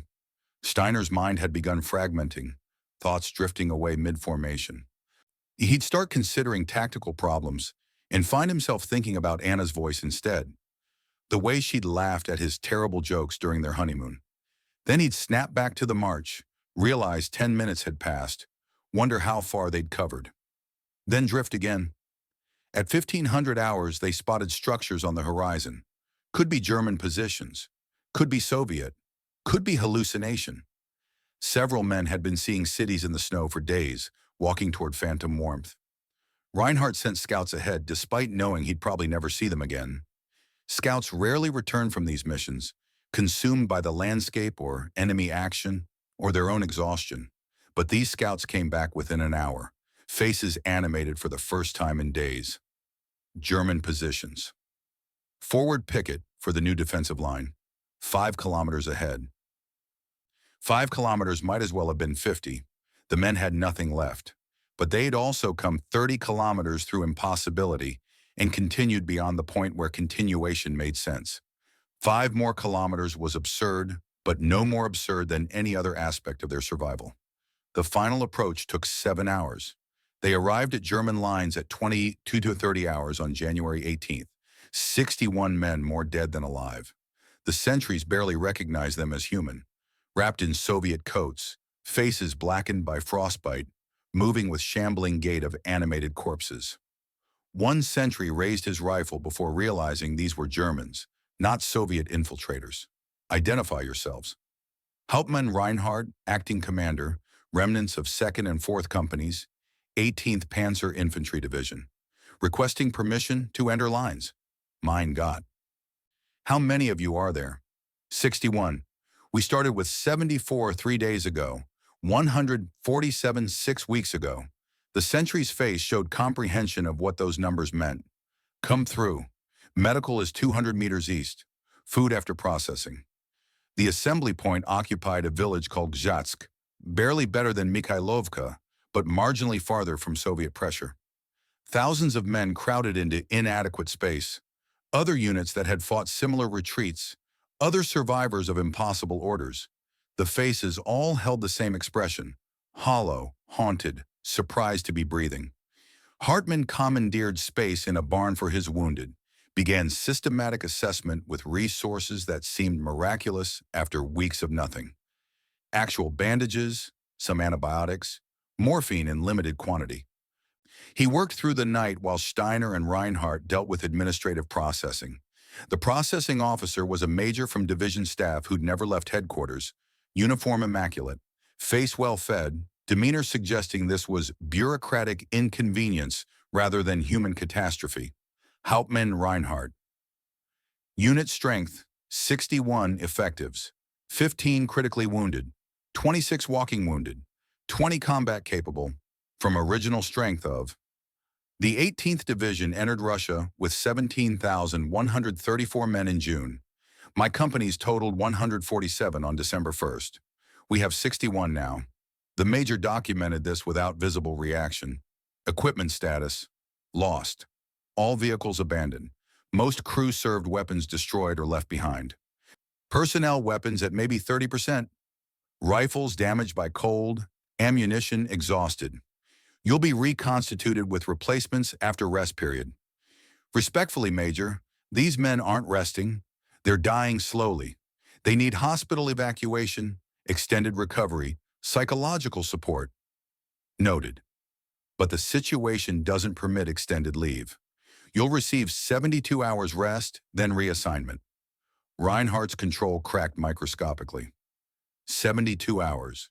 We've been in sustained combat for 6 weeks. Fought through hell getting here. Lost over half our strength. And we get 3 days. The Major's face hardened.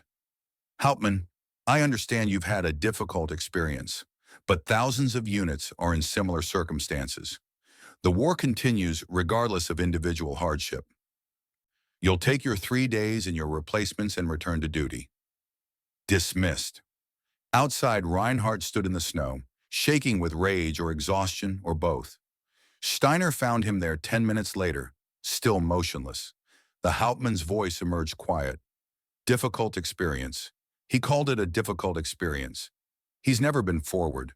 Doesn't understand. He doesn't want to understand. Because understanding would mean acknowledging the system is broken. Easier to treat us as numbers that need refreshing than humans who've been destroyed. What do? We take the 3 days, rest the men, write the letters. Then we survive whatever comes next because that's all we've ever done. Hartmann's assessment came the following morning, documented in his careful medical hand. Of 61 men present, 15 required immediate evacuation, gangrene, organ failure, severe frostbite needing amputation. 3 died during the night despite treatment. 26 had moderate to severe frostbite, fingers, toes, ears, noses. Most would lose extremities. All needed extended medical care. 20 showed signs of combat exhaustion, severe enough to impair function. The 1,000-yard stare, inability to focus, flashbacks, violent trembling. Standard treatment was 6 months rest in rear area psychiatric facility. None would receive it. Total survivors who might return to combat effectiveness within reasonable time frame. 0. Steiner read the assessment and felt nothing. The capacity for emotion had frozen somewhere back along the march. He was hollow inside, awareness without feeling, observation without reaction. The mind protected itself by shutting down everything except basic function. He found himself in the barn that evening, watching Hartmann work. The doctor had just amputated Private Schaefer's left foot, the old man who'd received one of the coats. The foot had turned completely black, dead tissue breeding infection that would kill him if not removed. Hartmann cut carefully with actual surgical tools, ligated vessels properly, sutured the stump with precision his fieldwork had lacked. Schaefer woke from morphine haze and looked at the space where his foot had been. How am I supposed to work my farm with one foot? Hartmann cleaned his instruments without answering. My children depend on that farm. How do I plow? How do I harvest? I'm 47 years old. Who's going to hire a one-footed man? You're alive. That's more than most. Alive. Schaefer laughed bitterly. I'm a cripple. I'd have been better off freezing in that trench. Steiner moved away before the conversation concluded. Unable to bear witnessing, a man realized survival had been Pyrrhic victory. Better to have frozen than return home damaged beyond repair. The calculation many were making would continue making for decades. February brought gradual integration of replacements. Young soldiers arrived from Germany, fresh-faced, optimistic, believing propaganda about eventual victory. They looked at the survivors with mixture of awe and incomprehension. Couldn't process the walking scarecrows, the hollow eyes, the way veterans flinched at sudden sounds. One replacement, 18 years old, approached Steiner with eager questions. Herr Leutnant, is it true you fought near Moscow? Did you see the Kremlin? How close did we get? 30 kilometers. Then we can try again this summer. The Führer says, we'll never take Moscow, sir. You'll never take Moscow. You'll never take Russia. Winter won't allow it. But the Führer said we almost succeeded, just needed better preparation. Steiner looked at the boy's unlined face, tried to remember when he'd possessed that certainty. The boy will learn. They all learn eventually. Give him 6 weeks. He walked away without further explanation, knowing words couldn't convey what experience taught. The boy would discover soon enough that maps in Berlin bore no relationship to reality in Russia. That summer campaigns bled into autumn, autumn into winter, winter into death. That the 1,000-year Reich was hemorrhaging to death in snow, and the bleeding wouldn't stop because pride wouldn't permit acknowledging the wound. Mail arrived in early February, first in months.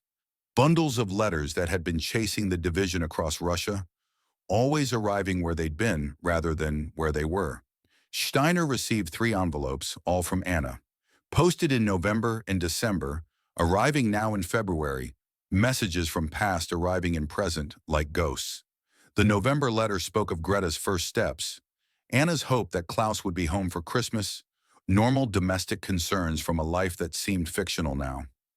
The December letter reported the officers visiting, the missing in action notification, Anna's refusal to believe, her desperate plea for confirmation he still breathed.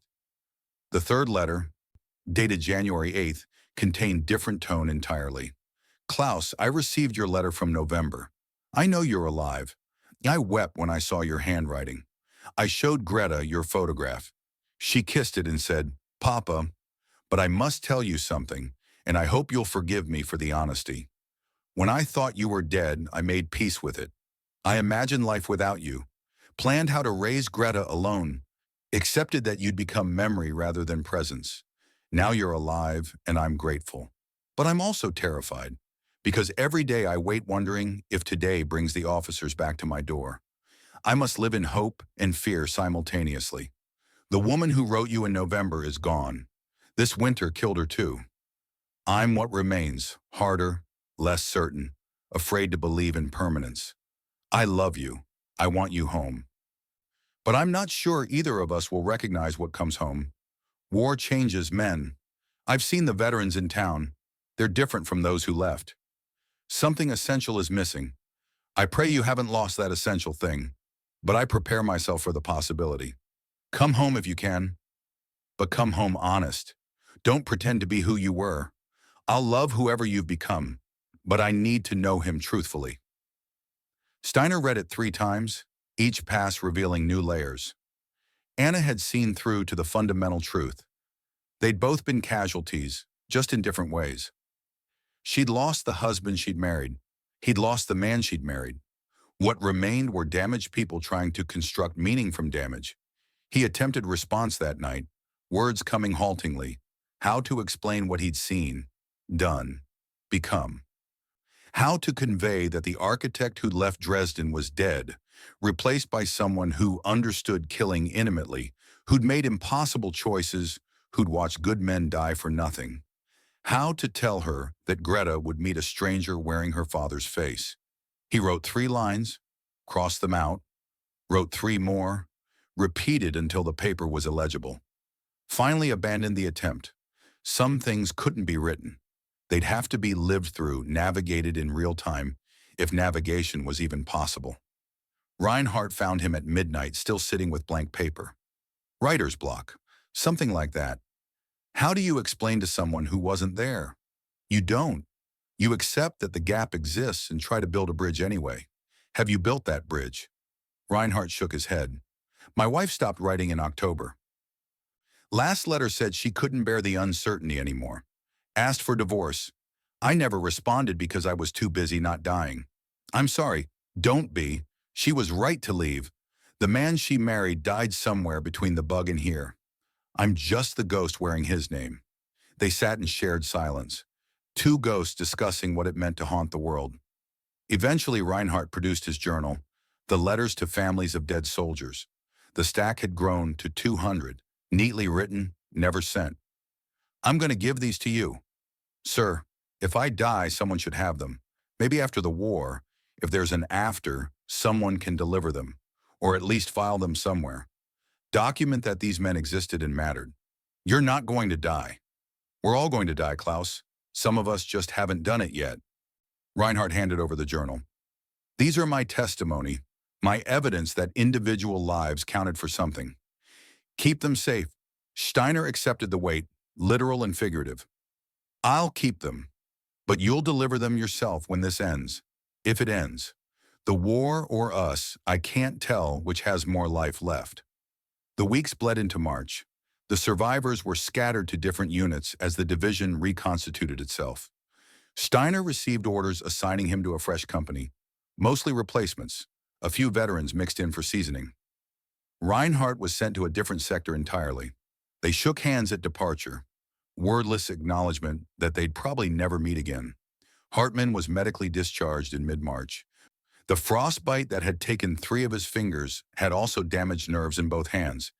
He couldn't perform surgery with the precision required. The Army had no use for a surgeon who couldn't operate. He returned to Berlin, opened a clinic treating veterans, charged no fees because he understood that men who'd given everything shouldn't have to pay for consequences.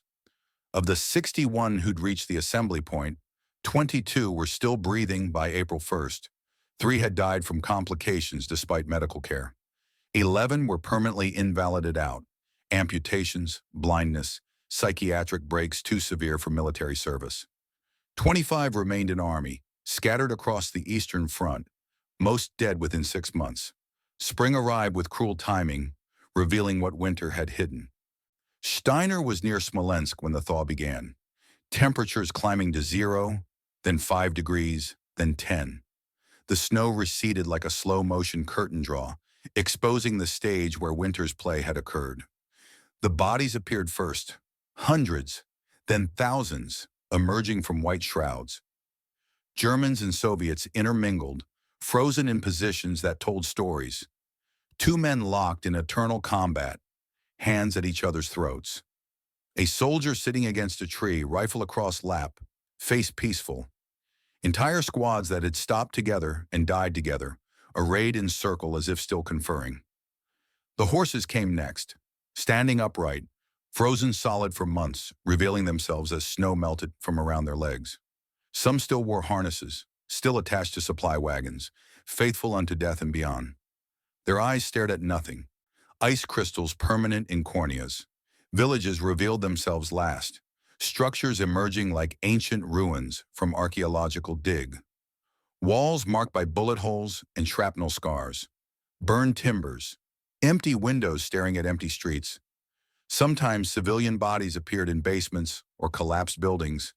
Families who'd hidden, who'd tried to survive between armies, who'd failed. The smell became overwhelming as temperatures rose. Months of frozen dead now thawing, decomposition resuming. The entire landscape acquired sickly sweet rot odor, inescapable, permeating clothing and lungs.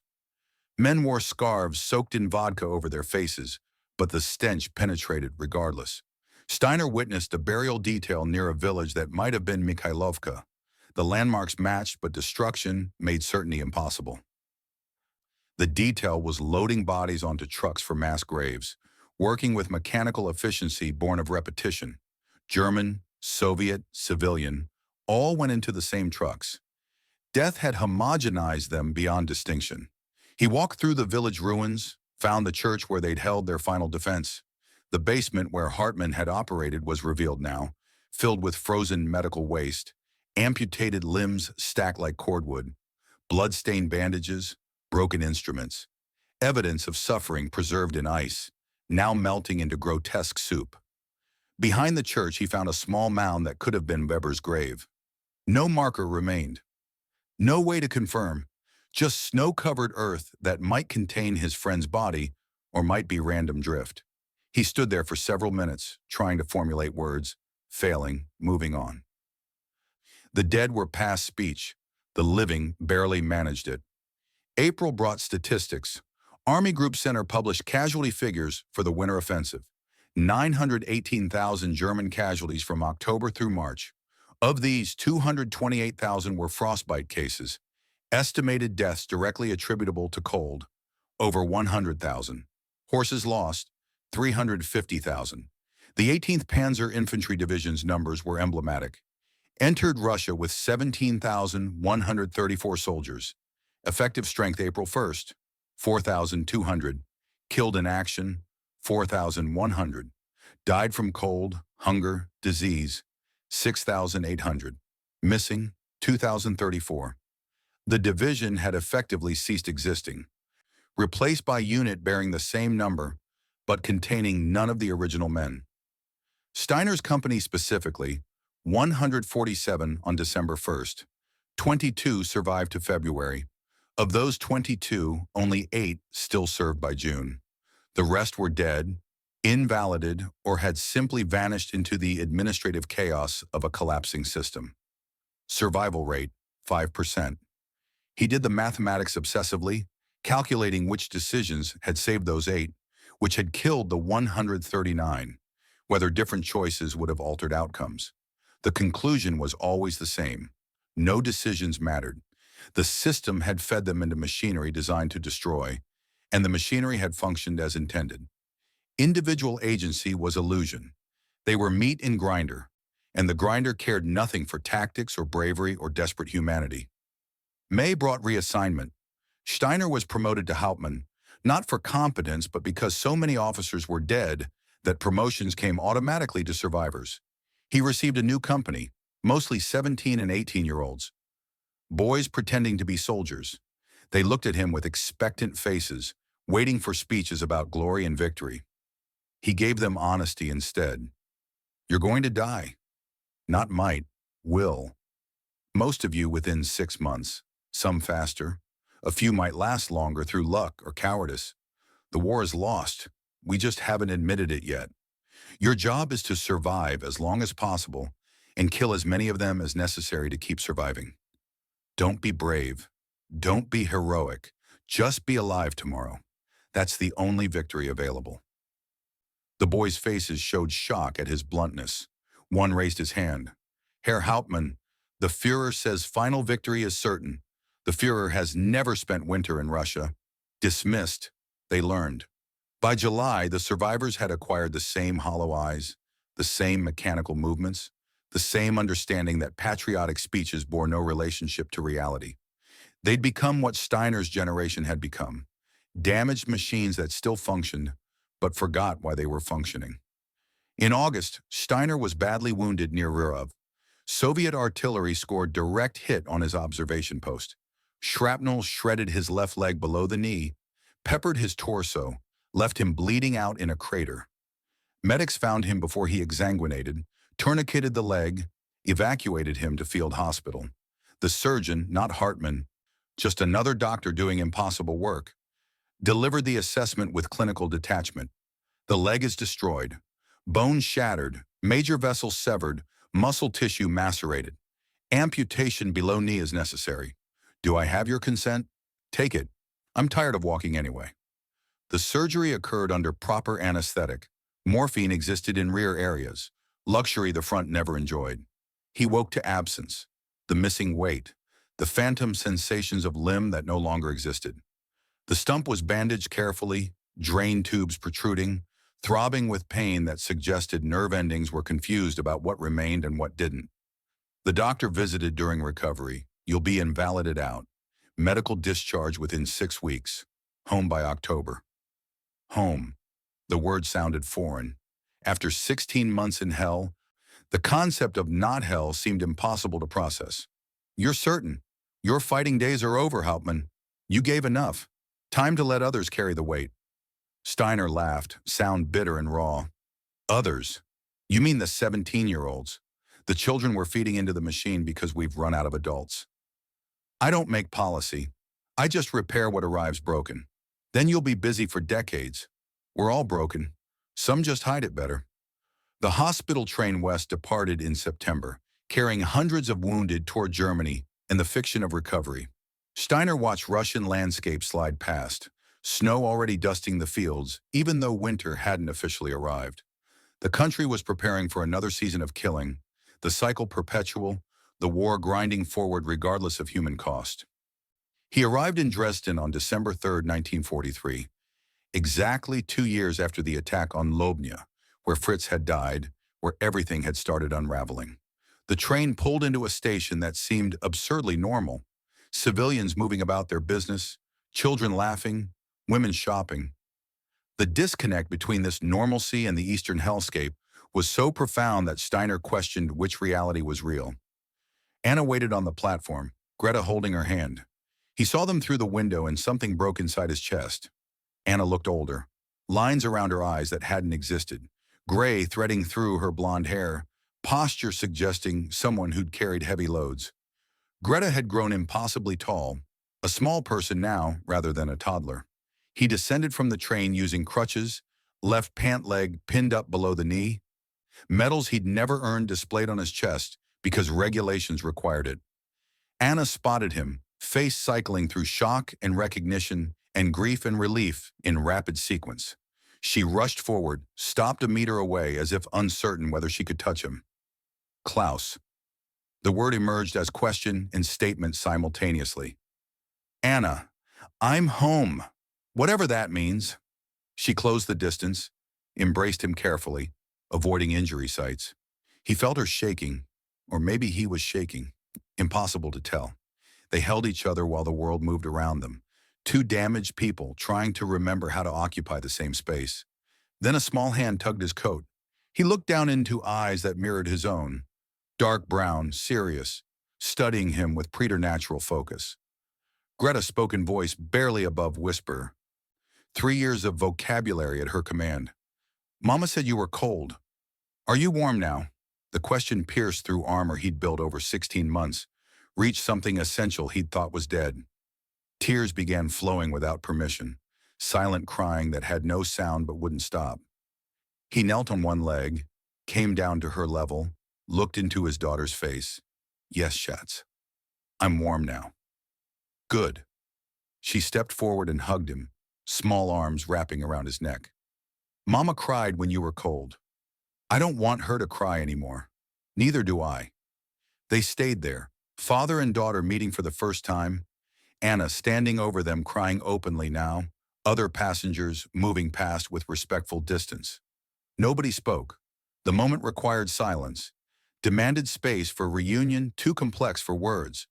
That evening, after Greta was asleep, Anna and Steiner sat at the kitchen table drinking real coffee, rationed and precious, but real. She studied him carefully, cataloging changes. You're different. We both are. You said that in your letter. The woman you were is gone. Anna nodded. I've changed, but I'm still me underneath. You're, she gestured vaguely, somewhere else. I can see it. You're sitting here, but you're not here. I'm in a trench outside Moscow. I'm carrying Weber through snow. I'm watching men freeze to death. I'm making choices that killed people who trusted me. Tell me. Tell me everything. I can't. You weren't there. Words won't carry it. Try anyway. I need to understand who came home. So he tried. Told her about Fritz freezing at his radio, about the weapons failing, about hand-to-hand combat in darkness, about hunger reducing them to animals, about Weber dying while quoting Virgil, about the march through hell, about the river swallowing men, about spring revealing the horror winter had hidden. He spoke for 2 hours, words tumbling out in disconnected fragments, chronology meaningless, just images and sounds and smells that had burned themselves into memory. Anna listened without interruption. When he finished, she was crying again, but quietly, the way someone cries who's absorbed another's pain into their own structure. We should hate them for this, for what they did to you. Who should we hate? The Russians defending their country, the generals following orders, the system that created the orders, Hitler, ourselves for participating. There's enough blame to distribute infinitely without ever finding the person responsible. What do we do now? We survive. Raise Greta. Try to be decent despite indecency.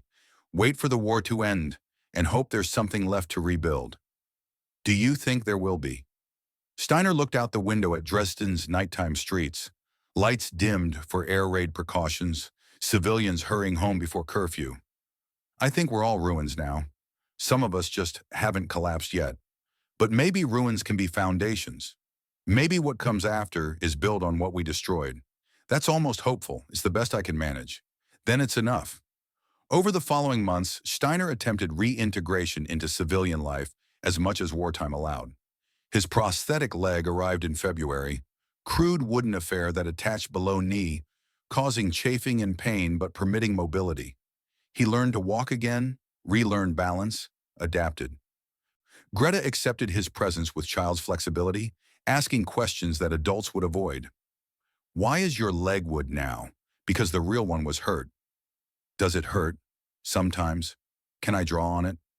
Yes.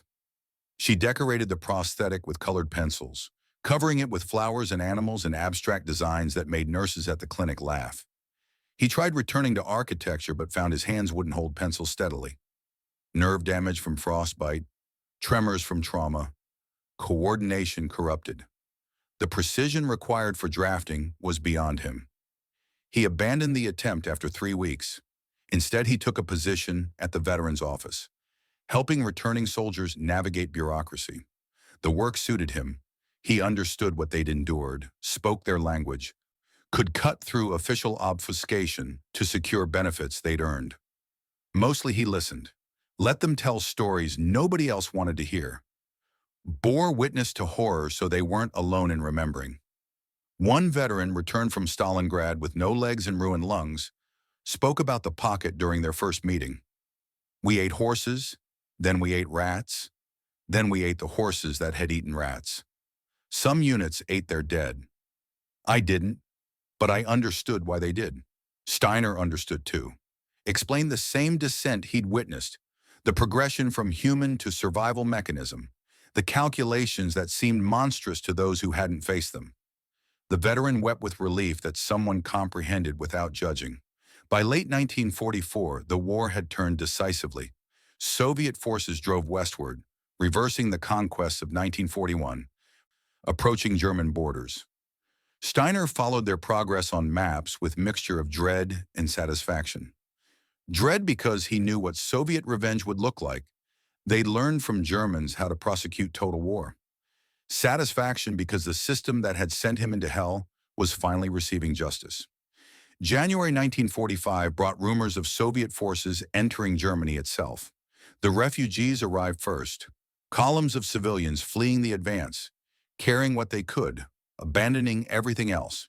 They brought stories of atrocities that mirrored what German troops had inflicted going east. The wheel was turning. History was extracting payment. Anna watched the refugees and turned to Steiner with quiet desperation. We should leave, before they arrive. Take Greta west, beyond the Elbe. Surrender to the Americans instead. We can't. I'm too damaged to move fast. You'd be alone with a 4-year-old in winter. Better to stay. Face what comes. They'll kill us. You know what we did there. They'll want revenge. Then we die. But we die honestly. No more running. Klaus, think about Greta. We have to protect her. The best protection I can give her is teaching her truth, that actions have consequences, that we destroyed their country and now face the bill, that sometimes the only dignity available is accepting judgment without flinching. That's not protection, that's surrender. It's reality. The war is over. We lost. Now comes the reckoning. Dresden burned in February. The bombing raids came at night. Wave after wave of British and American aircraft dropping incendiaries that created firestorm visible from kilometers away. The old city, Baroque architecture Steiner had studied as student, buildings he'd planned to restore someday, vanished in flames. 25,000 dead, some estimates said more. Steiner stood on a hill outside the city, watching it burn, Greta holding one hand and Anna the other. The child asked, "Why are they burning our city?" Because we burned theirs first. Because war is circular. Because we convinced ourselves we were special, exempt from consequences. Now we're learning we're not. I don't understand. Someday you will. Remember this. Remember that pride leads to fire. That nations that believe themselves superior end up ashes. That the only thing protecting us from barbarism is remembering we're capable of it. The Soviet forces entered Dresden in May. The Wehrmacht had mostly dissolved, isolated units still fighting, but systematic defense had collapsed. Steiner and his family waited in their apartment, door unlocked, valuables hidden but not too carefully. They'd made peace with whatever happened next. The Soviet soldier who arrived was young, maybe 20, face scarred from combat, eyes hard. He entered with rifle raised, surveyed the room, saw Steiner's uniform hanging in the corner. Left on display deliberately, evidence of participation rather than cowardice of concealment. You are Wehrmacht, yes. Hauptmann, invalid, wounded near Rzhev. The soldier studied him, particularly the pinned pant leg. You fought in Russia, December 1941 through August 1943. Then you saw it, what we saw. Yes, I saw what we did. I'm sorry doesn't begin to cover it, but I'm sorry anyway. Sorry changes nothing. The Soviets' voice carried exhaustion rather than anger. My village was destroyed. Everyone dead. I found them when we recaptured the area. My mother was... He stopped, unable to continue. Just know I saw what you did. I know. I was there. I participated. I'm guilty. The soldier raised his rifle, finger on trigger. I should kill you. You deserve it. I don't disagree. But my daughter is 4. She's done nothing. Whatever you do to me, let them leave first. The soldier looked at Greta, who'd hidden behind Anna but now peeked out, fearless despite circumstances. The moment stretched impossibly long. Then he lowered the rifle. Your daughter looks like my sister did. Before. He turned toward the door, paused. You will live, but you will remember. Every day you remember what you did. That's your punishment. I've never stopped remembering. That's my punishment already. Then carry it forever. He left, footsteps echoing down the stairwell, leaving them untouched but marked nonetheless. The occupation proceeded with surprising order. Looting occurred but less than expected. Some revenge killings, some abuses, but systematic genocide that German propaganda had predicted never materialized. The Soviets had learned from German example and chosen, barely imperfectly, not to replicate it entirely. Steiner worked with occupation authorities when they discovered his language skills and military experience. He helped translate, facilitated coordination between German civilian authorities and Soviet military government, made himself useful because useful people survived and useless people disappeared. In quiet moments he wrote, not reports or analyses, but testimonies. The experience of that winter, the decisions made, the men lost, the lessons learned.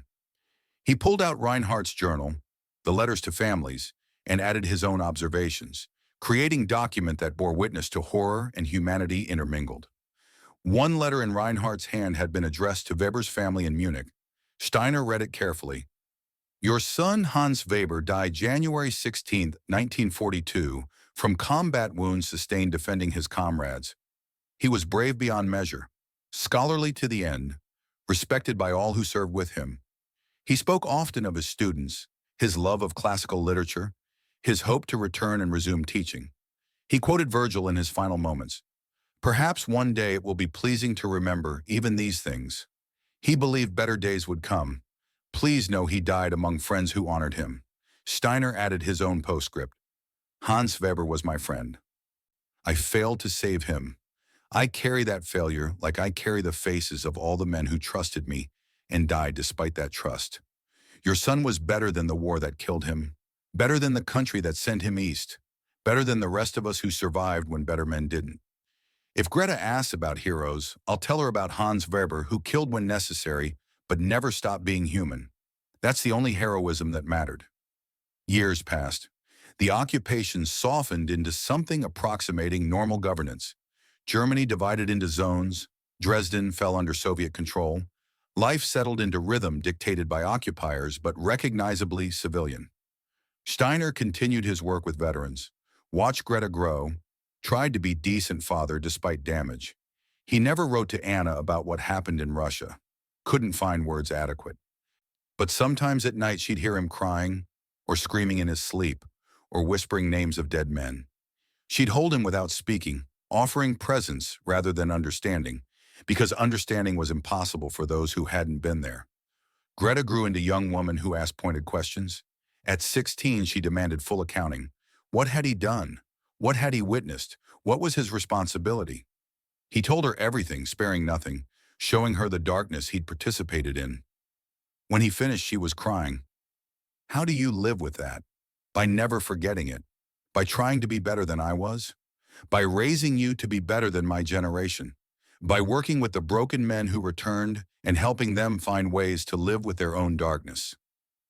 By refusing to pretend it was glorious or necessary, or anything except horror that we inflicted and survived. Do you regret serving? I regret everything except the men I served with. Weber, Hartmann, Reinhardt. They were good people in impossible circumstances. The war was evil. They weren't. That distinction matters. Does it change what happened? No, but it changes what I teach you. That individual decency matters even when systems are indecent. That we stayed together rather than abandoning each other.